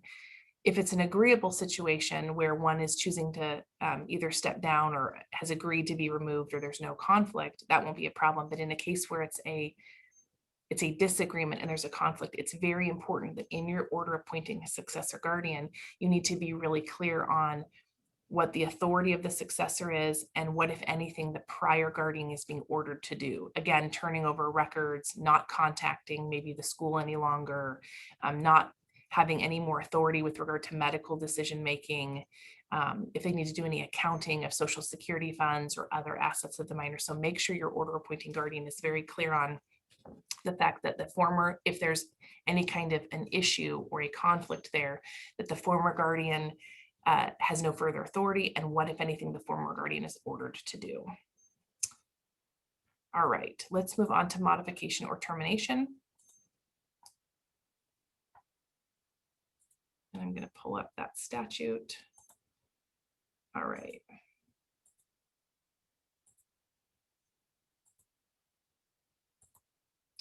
Okay, so a minor or Any person interested in the welfare of the minor, including parent, can petition to terminate, modify, remove, and appoint a successor at any time. The statute provides, this is under RCW 11-130-240. One of the things to note is if you've got a 2610 that's under final orders, and if you want to modify that or terminate that, then you would need to move under RCW 11-130. So those final orders under 2610 would then come under this statute now, and so you would follow the procedure line for modification or termination. This probably won't come up. I would say it's pretty unrare, but if the respondent, which would be the minor in this case, wants to modify or terminate the guardianship, the court can order them to pay for those costs. And again, if they don't have resources, it probably won't apply, but that's important to understand that if the respondent has assets, the court can order them, just like when they're setting up the guardianship. If it's being modified or terminated, the court can also those to be incurred against the respondent.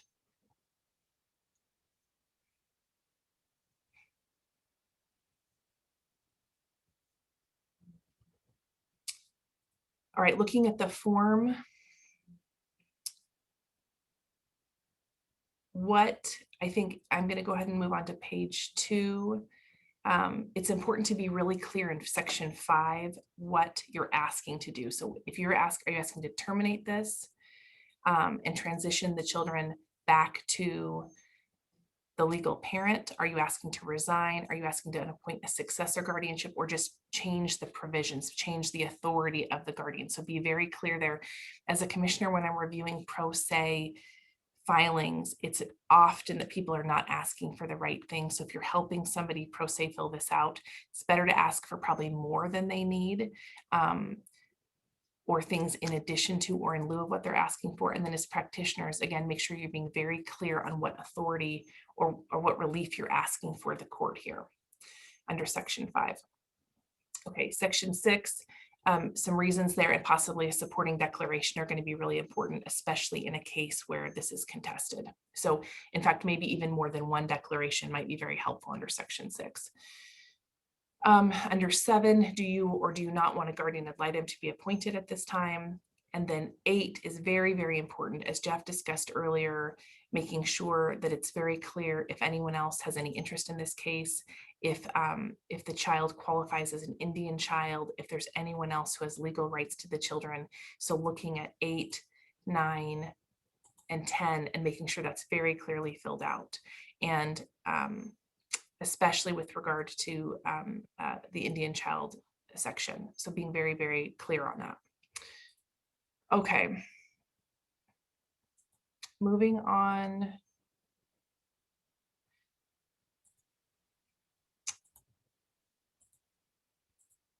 Going on to the notice then.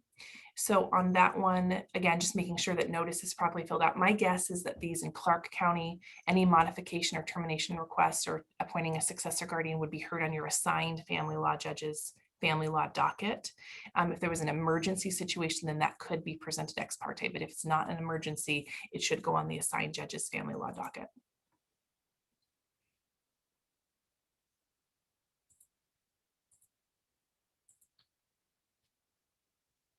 All right, going on to slide 220, I'm on modification termination of a minor guardian. So guardianship will automatically terminate for a minor if the minor is deceased, if they are adopted, if they are emancipated, or when they turn 18 years old, or if the court finds that that the termination would be harmful to the minor and the minor's interest in the continuation of the guardianship outweighs restoration. And so Jeff, I think there was something you wanted to speak to here with regarding to in re custody of SM. Yeah, so again, we should not assume the statute is constitutional.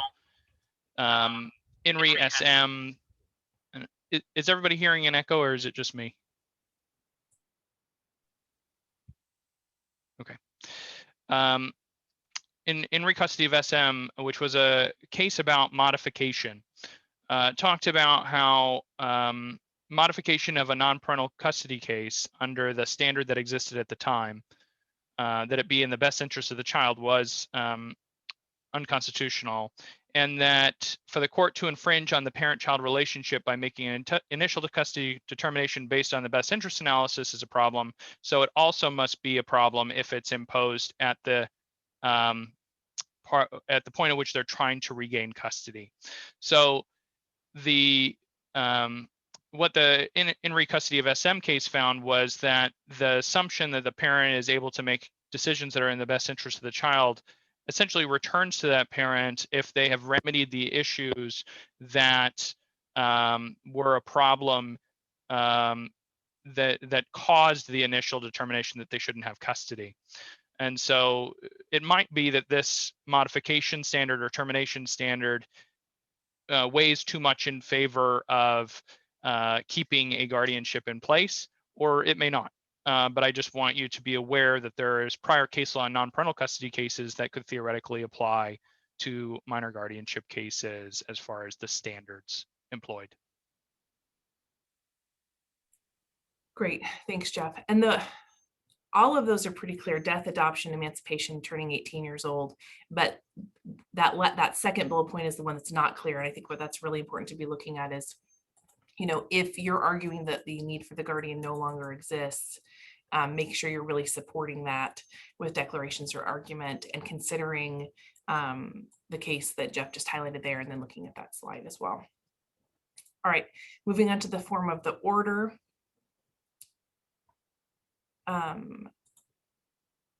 Looking at, we've talked about most of those issues, so I'm going to go down to it's page 5 of the order, slide 232, starting at section 7. So here, being very, very clear on what is happening, who is being replaced, is the guardianship being terminated, going on to page 6. Is any modification happening? What is that? Being very, very clear. And again, if you're doing having a successor guardian or a co-guardian appointed, I would make sure that you have that order appointing them that has the full language in it. So this order would come, but I would also have a new order that appoints the co-guardians or the successor guardians with the full powers and authority listed, and then anything you want that prior guardian to do or not do to be included there. Make sure you're checking if there's any restraining orders that need to be addressed. That's on page 6. Okay. All right. And then one of the things that's important to note on this is when a guardianship for a minor is being terminated, the court can provide some transitional arrangements that will assist the minor. I think this is going to be very discretionary. There's not a very specific language in the statute about what that would look like or what those things could be, but I think we could all imagine sort of what a transitional plan could look like. And so that is an order that the court could put in place, and that could be proposed by any party to this action on what a transitional plan should be. And so the court has authority to order that as a part of any modification or termination. All right, Jeff, I think I'm kicking it back over to you for a little bit to talk about overlap with non-parent custody.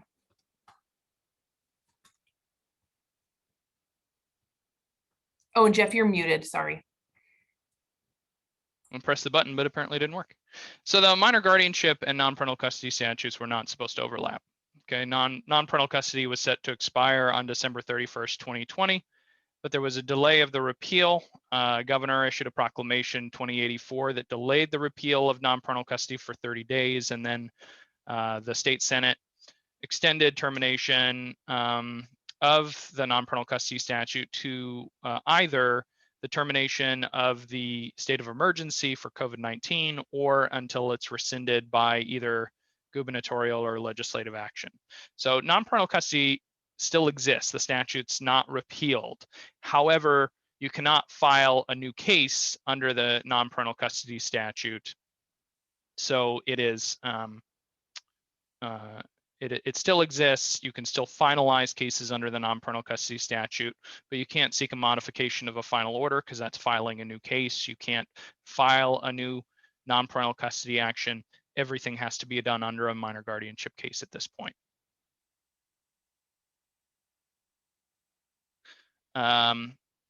And so issues related to that overlap are that there is a right to counsel in minor guardianship cases, but not in non-parental custody cases. And so, and then also a minor who's 12 or older has a right to participate in a minor guardianship case, but not in a non-parental custody case. Though the court could allow it, it's not automatic. So it's really important to recognize that there are substantial rights conferred in the minor guardianship cases that are not conferred in the non-parental custody actions. And so you may have somebody come to you that has an ongoing non-parental custody case that has not yet been finalized and doesn't want that. They want an attorney appointed on their behalf, or they want their child to be able to participate in the case. And so they might want this case dismissed, or they might seek appointment of counsel. And so my colleague Lori Garber had a pro bono service that she did where she worked up a motion for dismissal for her client. And I've also kind of modified and tweaked what she sent me into a format that I thought would be helpful for folks. And so I'm going to put into the chat now kind of the template that I made for that, so that people could use something similar to this to file a motion either for dismissal, or in the alternative, if you just want appointment of counsel in non-parental custody action, or you just want the minor 12 or older to be able to participate in the non-parental custody action, you can ask the court to essentially import those substantive rights from the minor guardianship case into the non-parental custody case. I think a lot of courts probably won't be willing to do that, but and will just want to dismiss the non-parental custody action for the filing of a new minor guardianship action. In Clark County, the court has created a form for what they call a motion to convert, which assists in the process of converting it from a non-parental custody case to a minor guardianship case, but you still have to file the petition for minor guardianship and all that stuff. It's just something you file within the non-parental custody action to let the court know you are intending to do that.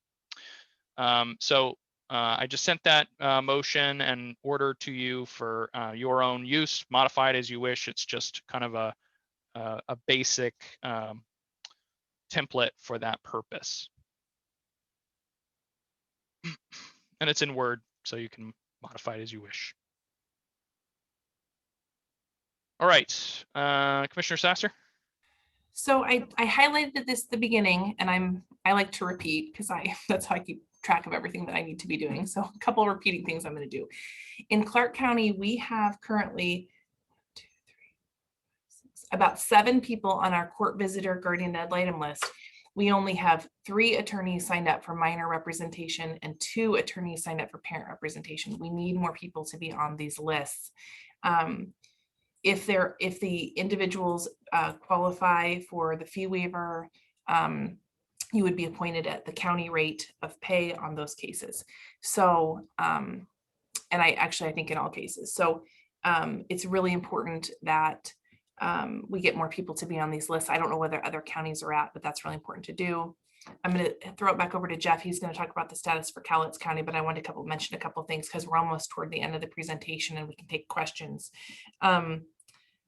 Wanted to mention that I'm going to put the link to the CLE credit form on the chat again. If you could go in, and if you're not on the list already, add your name and put your bar number in. If you don't have a bar number, but you're asking for a certificate of attendance today, please put your email next to your name on the spreadsheet so that we can email a certificate of attendance to you. And then another item I wanted to mention, in Clark County, one of the things that we're seeing is occasionally people are filing the emergency guardianship and then the full guardianship as separate cases. They need to be consolidated if you're filing both cases. And the clerk's office is attempting to do that. But if you're part of that, advising someone in a capacity, making sure that they're aware, they need to be consolidating the cases so that they can be heard by the same judicial officer. Before I throw it back over to Jeff, I see that Paul is asking, has an activity code been created for the CLE? Paul, I don't know that yet. We're planning to report credit though for the Clark County Bar Association will be reporting everyone who attends today, and we will be submitting that to the CCBA for credit. So if you put your name and your bar number in there, or if you don't have one, if you're asking for certificate of attendance, we will take care of that. Okay, back to Jeff.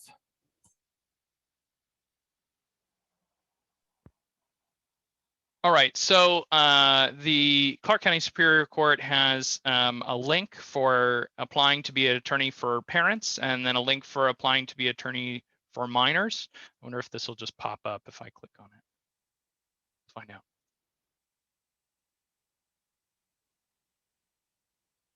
Everybody see that? Okay, I think you can.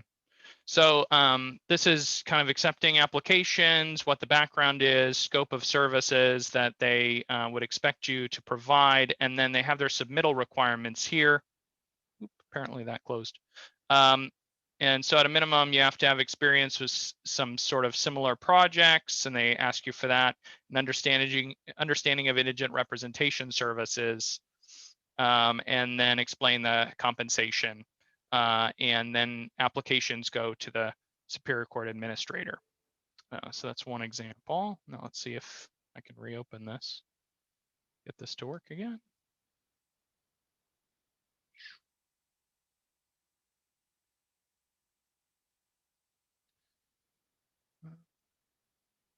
All right, and then attorneys for minors, I think similar, but they're going to ask you for, they're going to hope that you have some similar experience in regards to representing children, but otherwise basically the same information, and the request goes to the court administrator. Somebody did ask about applying to be a court visitor or a GAL in Clark County, so I'll pull that up really quickly.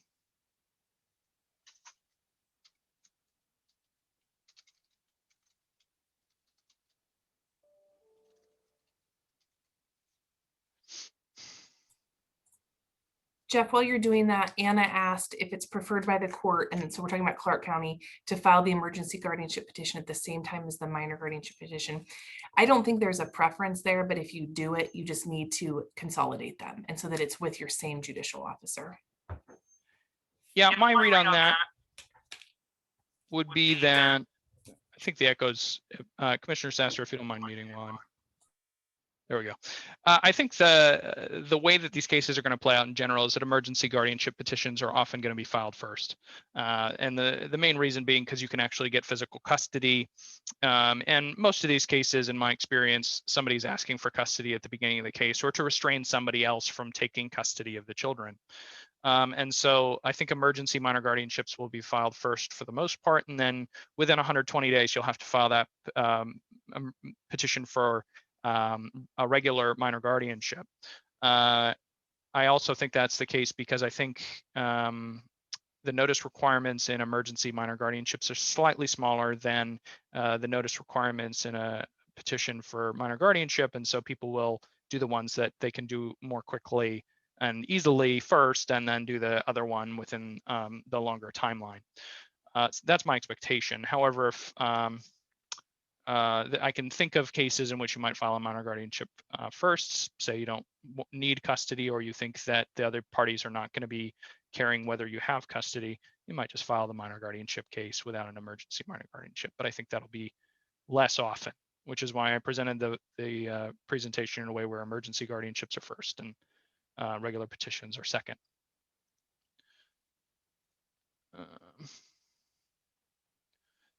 And here we go. So I'm going to share this really quickly, which is just the Clark County guardian ad litem information. So the registry applications are here for a court visitor or a GAL under RCW 11-130. And it shows here what things they're asking for from you. And again, this goes to the Superior Court Administrator for Clark County. All right, so going back to the presentation, we're going to talk just briefly about Cowlitz County, which is another county that some people on here might be interested in. And so in Cowlitz County, the way they're doing it is they're using the Office of Public Defense to handle appointment in UGA cases, but the OPD will also have to hire conflict attorneys, which I missed the T apparently. And so the Cowlitz County Office of Public Defense, Carrie Reardon, runs that. You might want to email her if you want to be a conflict attorney in Cowlitz County for those cases, so that you can get appointed there. They have one attorney who is through the Office of Public Defense that is doing those cases, is the first person that's going to be appointed, but any cases in which they have a conflict, there will be somebody else appointed. Somebody said the draft motion didn't show up for them. I will try and resend it again, see if that works.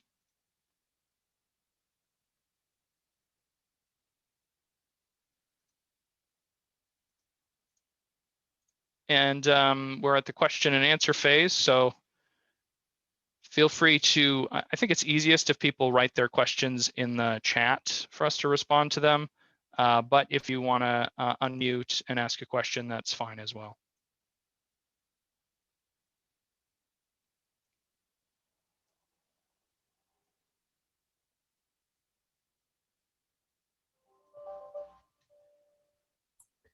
I'll just pop in while we're waiting for some questions to come up. For those of you guys that are helping pro se individuals or individuals who are trying to do this mostly on their own, one of the things to remember is, I see this a lot when I'm looking at pro se petitions and motions, is, the jurisdictional parts are not completely filled out. The ICWA parts are not completely filled out. It's really important that those happen, because someone can come in and challenge the petition or the motion on a jurisdictional basis at some times, and that might be successful if that's not fully completed. So that's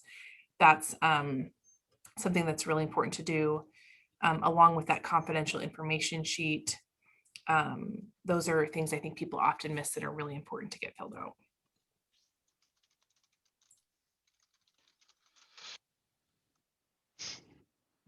One question is, how many new cases have been filed? So just for example, there's usually about 40 non-parental custody cases filed in Cowlitz County every year, and about 100 non-parental custody cases filed in Clark County every year. So I would anticipate that similar levels of cases will be filed.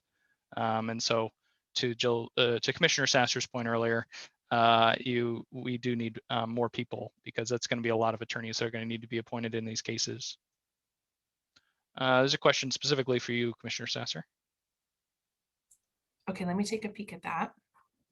All right.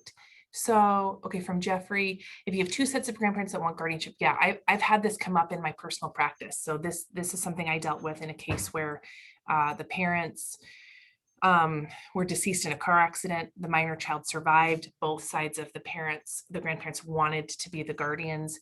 What initially happened was one from each side did it. That worked okay for a period of time. Eventually that wasn't super functional, and they ended up selecting a younger couple that was the close family member or close friends of the deceased couple, and they took over as the guardians at that time. What I would say is this: I think families look totally different. I think there's no one right way to be a family, and there's no one right way for a family to look. And I think different people can be great at raising a child together, taking care of a child. So I think it's really up to the individual circumstances. If you have one grandparent on each side and they've got a plan and they can make it work and it's going to be good for the child, I think that's great. And I as a judicial officer wouldn't have a problem as long as it was well thought out, it made sense. But if I had something coming before me, it was sort of like, well, this grandma and this grandpa are going to do it, but they don't live together. It's not clear where the child's going to live. It's not clear how decision making is going to happen. It's not clear if they get along. I would be concerned. And so I would just want to see kind of a plan that was well thought out, that sort of made sense, because I don't want to put something into place that's just going to have ongoing conflict and have an ongoing issue. So I would want to see maybe some dispute resolution provisions and sort of a clear schedule. I think you also mentioned visitation, which the court can absolutely order. And so that would be another way to go. These grandparents theoretically are the guardians. This is their authority. This is the visitation schedule, of the other grandparents.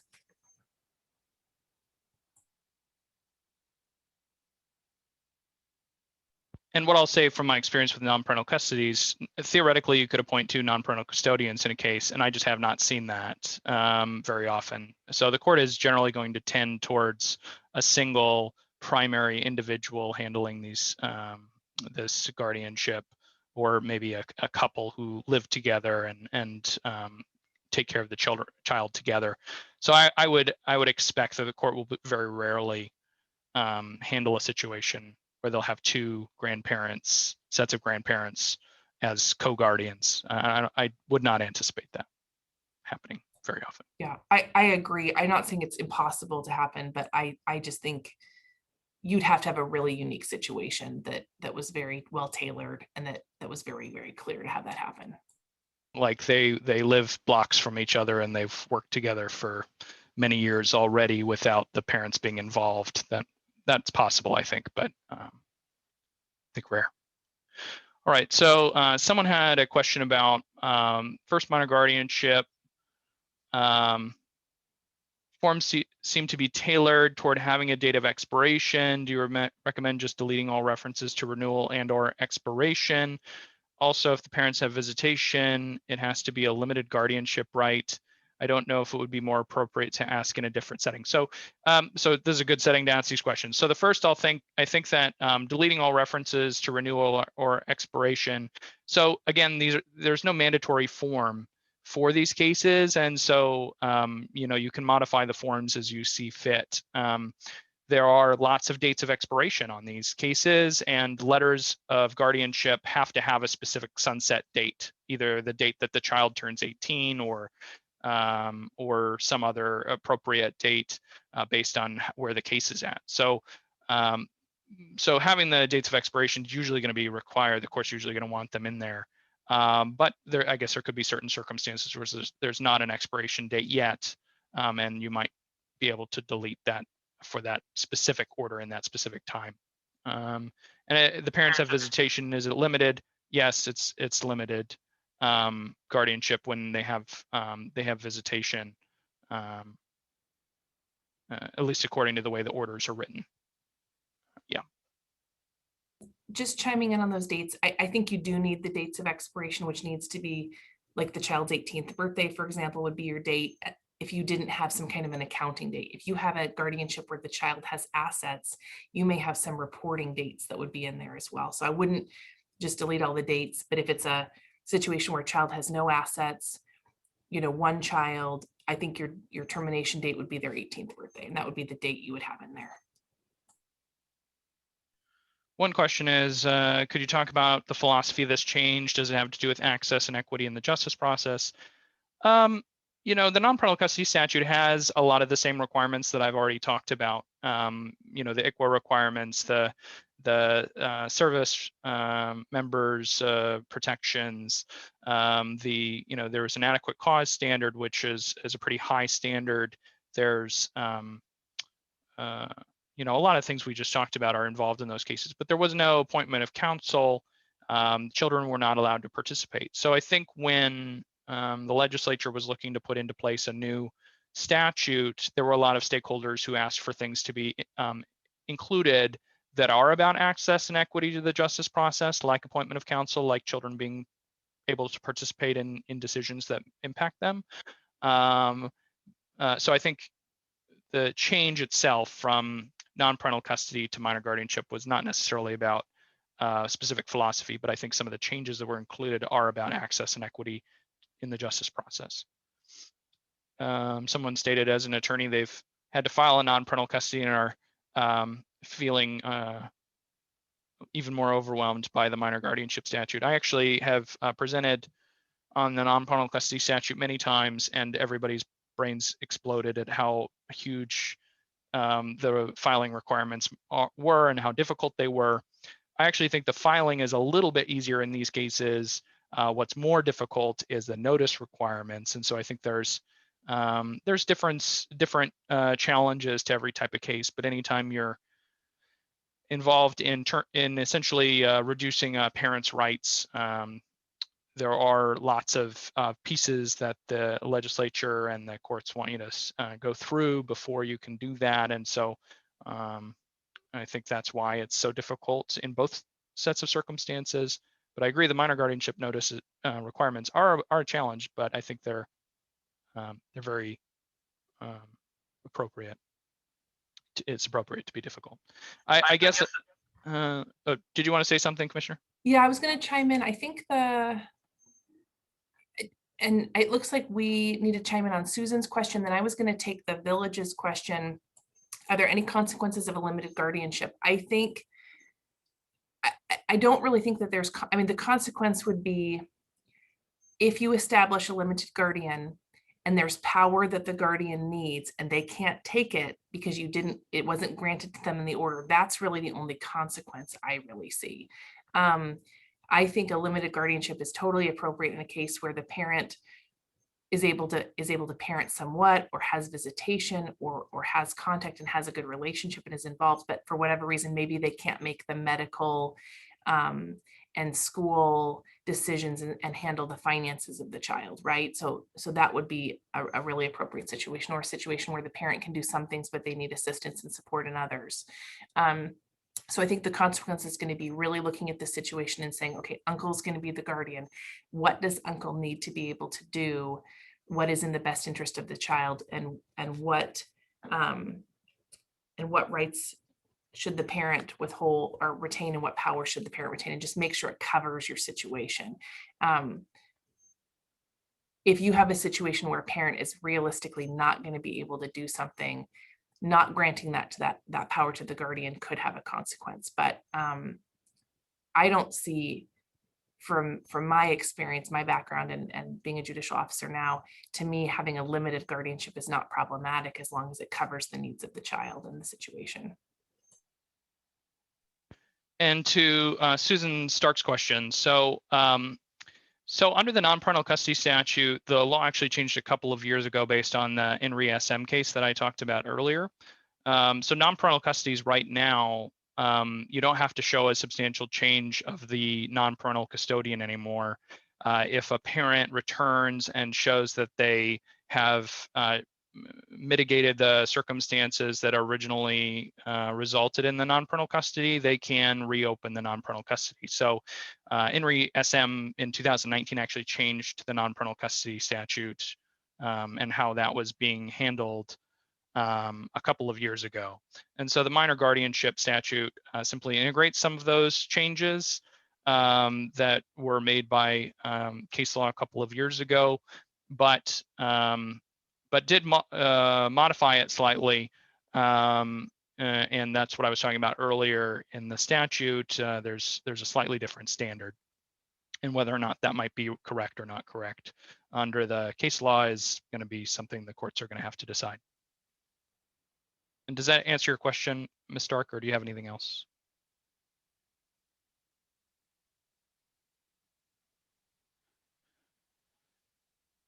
All right, so are you aware of any org or stakeholder group planning to bring a constitutional challenge is one of the questions.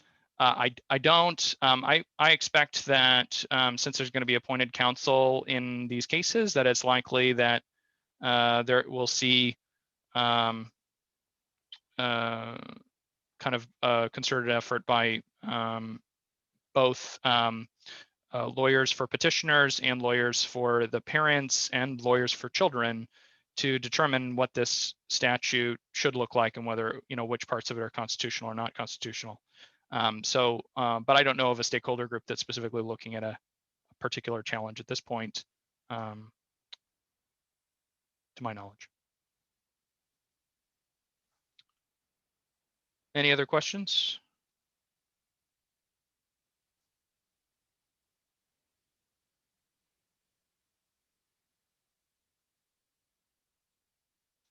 What are your thoughts on motions asking the court to order the petitioner to pay attorney's fees? So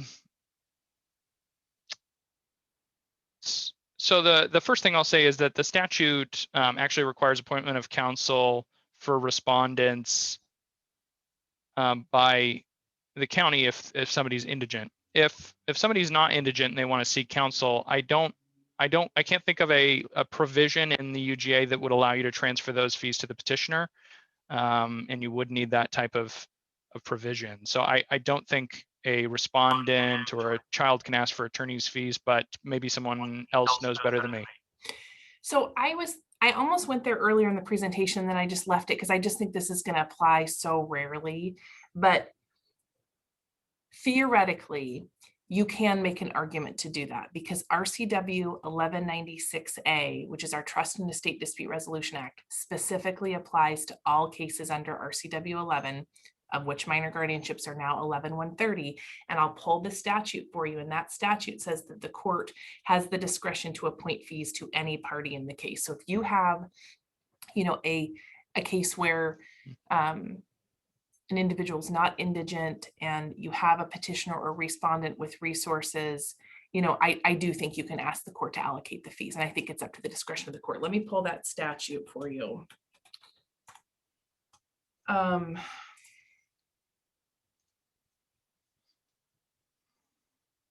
So it's 1196A 150. I'll put it in the chat, and it says the Superior Court or any court on appeal may in its discretion order costs, including reasonable attorney's fees, to be awarded to any party from any party in the proceedings, including an estate or a trust if that was applied. So I could see a case where you had a minor, parents are deceased, there is a trust, there are folks with means. And so I think that you could bring the statute in. It's regularly used in guardianship proceedings under 1188, which is going away for the adult guardianships. And you could make that request. So there's some language in 11-130 about when the respondent needs to be responsible, which is the minor. But I think under this statute, you could make an argument to the petitioner. And I'll put that statute in the chat. Yeah, and the person asking the question is saying they have petitioners acting in bad faith after losing under the prior statute. So that, yes, that might be a reasonable basis for fees under the provision Commissioner Sasser is talking about.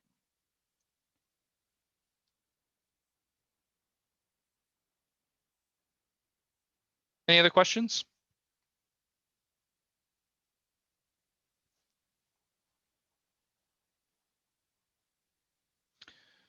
Did everybody get the slide deck? I'm going to post it one more time just to make sure that everybody has access to it. If you didn't get the motion, feel free to let me know as well directly, and I'll try and get that to you. And Jeff, maybe if you would send the slides and then that motion that you sent to Lisa Darko, and then that way, if folks just need to get that later, they can reach out to Lisa Darko at the Bar Association so that you're not, although you're always so good about helping people, I know you're really busy too. And that way, if they just want the slides or the deck, they can get that from Lisa Darko. Sounds good. All right, well, it sounds like we don't really have any other questions. I'm happy to stay on for another 5 or 10 minutes if people want to ask questions, not with a large group.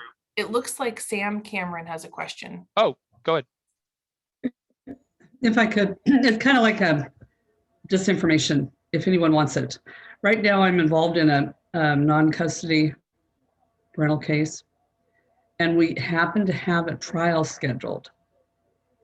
So if anyone needs to or could, if they're still involved in those cases that didn't transfer over, if you can if you got problems and you just need a trial, we're only going for half a day.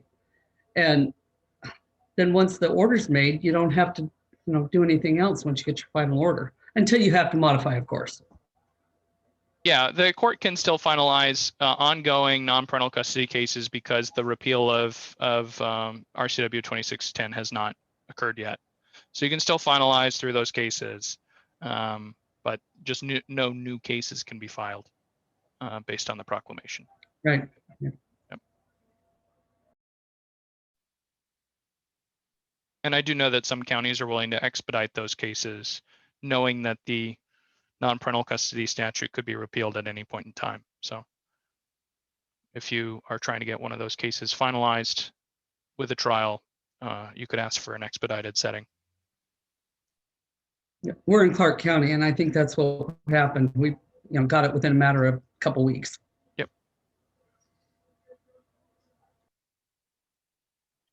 All right, well, I'm going to stay on for another 10 minutes or so, but anybody who doesn't have any other questions or doesn't want to hear any other responses is free to go.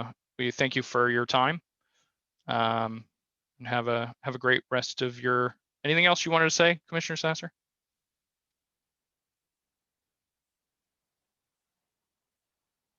No, I can hang out for a couple minutes also, but thank you everybody for coming today and for the really good questions. And thank you also to Jeff, who worked so hard on this, spent hours of time on this. He is amazing. So thank you so much, Jeff, for all of your effort and work.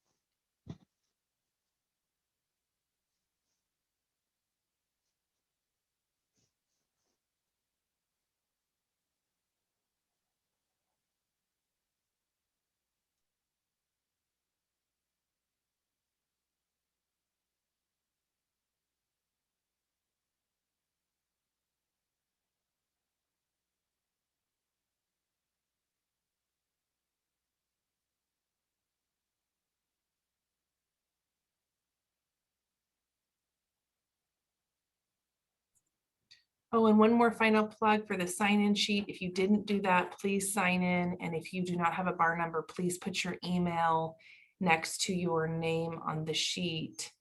It looks like everybody did that. I'm going to check real quick and see if we missed anybody. So please sign in, put your bar number in, or give us your email address. So one question was asked in the chat, which is if a parent does not file a response to the petition for minor guardianship and does not attend the hearing, does the court consider that consent? So because the summons really doesn't apply, I don't think, to the minor guardianship itself, but rather to some of the other issues that are related to personal jurisdiction, like child support and things like that, I think a parent could participate at any point throughout the process. And so I don't think there's like a default. I don't think you can default out anybody in a minor guardianship case. But the court will take action and move the case forward, I think, as if that person is consenting, because so if they appoint a court visitor, really the court visitor should interview the parents and make attempts to interview the parents and provide that information to the court, so that information may get to the court through some other means, but they won't be entitled to appointment of counsel because they have to appear and object to be entitled to counsel. And so my answer to that is they don't consider it consent, but they're not entitled to some of the relief that the court automatically would provide in cases when somebody appears and objects. So it won't be like they consented, but it'll be like they're not participating. Does that answer your question?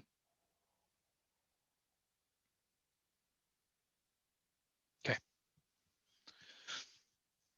Yeah, there was a lot of discussion on the committee that was writing the forms as to whether or not they should have a summons in these cases. And I think they ultimately came down on they have to because of some of the issues related to personal jurisdiction, like child support.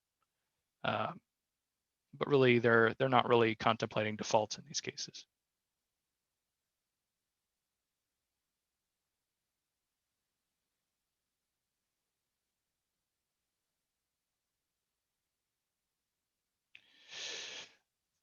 Webinar. So do you have any suggestions, recommendations for de-escalation training, since emotions can sometimes run high in family related cases? I haven't gone through any de-escalation trainings. You know, NJP may have done one at some point at a task force meeting or something like that, and I can see who that person was. So if you stay on for a couple of minutes, I'll look and see if I can find anything.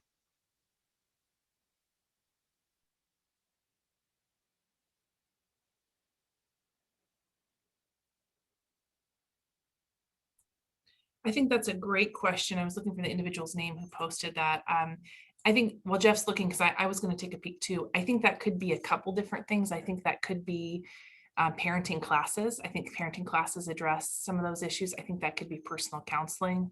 I think that could be working with a mediator as well. So maybe tailoring that to what you kind of think that family needs. You know, do they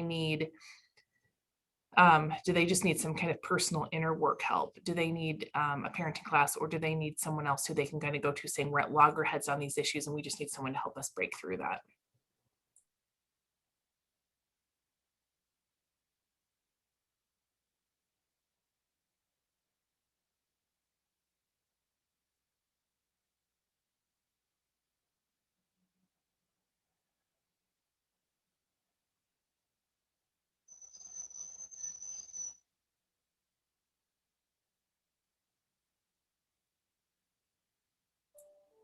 And Nancy, you chimed in with a suggestion. I don't know if I totally understood that. Do you want to clarify? It sounds like you might have had a recommendation there or a clarification on that. Sure. I just wondered whether the questioner was focusing on conflict resolution training for litigants or on de-escalation training for professionals who are dealing with litigants on one side or the other of the bench. Yeah, great question. I think so, Doug, if you're looking for a referral for your clients or for other professionals, maybe let us know what you're looking for. And then if anyone has referrals surrounding this issue, please feel free to share those in the chat. I guess why I brought it up is because in my own limited non-lawyer experience in the legal arena, it's sometimes, that human element is sometimes an overlooked aspect of it, even as we're trying to deal with very human issues. And so I was just kind of looking at that sort of adjacent human element, if there was something associated with this that was targeted or tailored to it. And if not, that's fine. It's actually something I'm thinking of.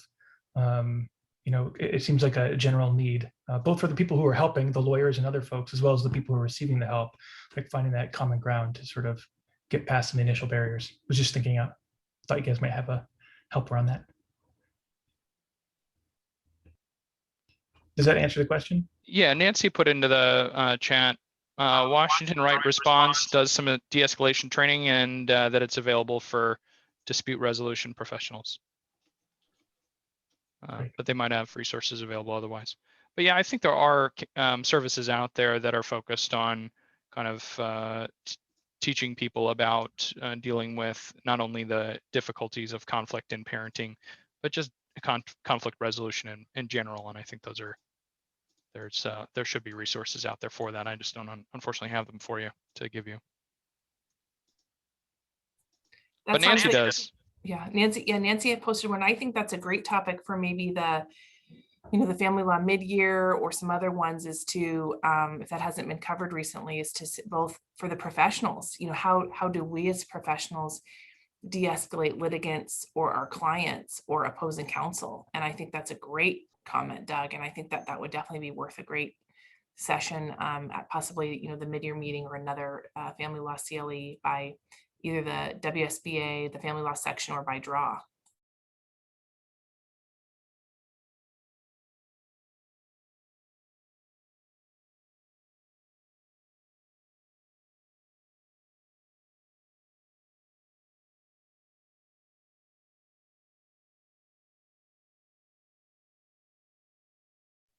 And Nancy put her email in the chat. So if you're interested in talking with Nancy more about that, Nancy Ratsinas is a Clark County attorney who does a lot of mediation work and is also on a pro tem on our Superior Court bench.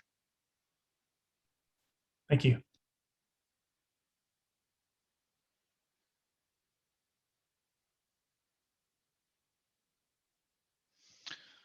All right, I'm not hearing any other questions. Commissioner Sasser, are you? No. So I hope you all have a great rest of your week. It's only Monday, but hope you have a great rest of your week. Thank you very much.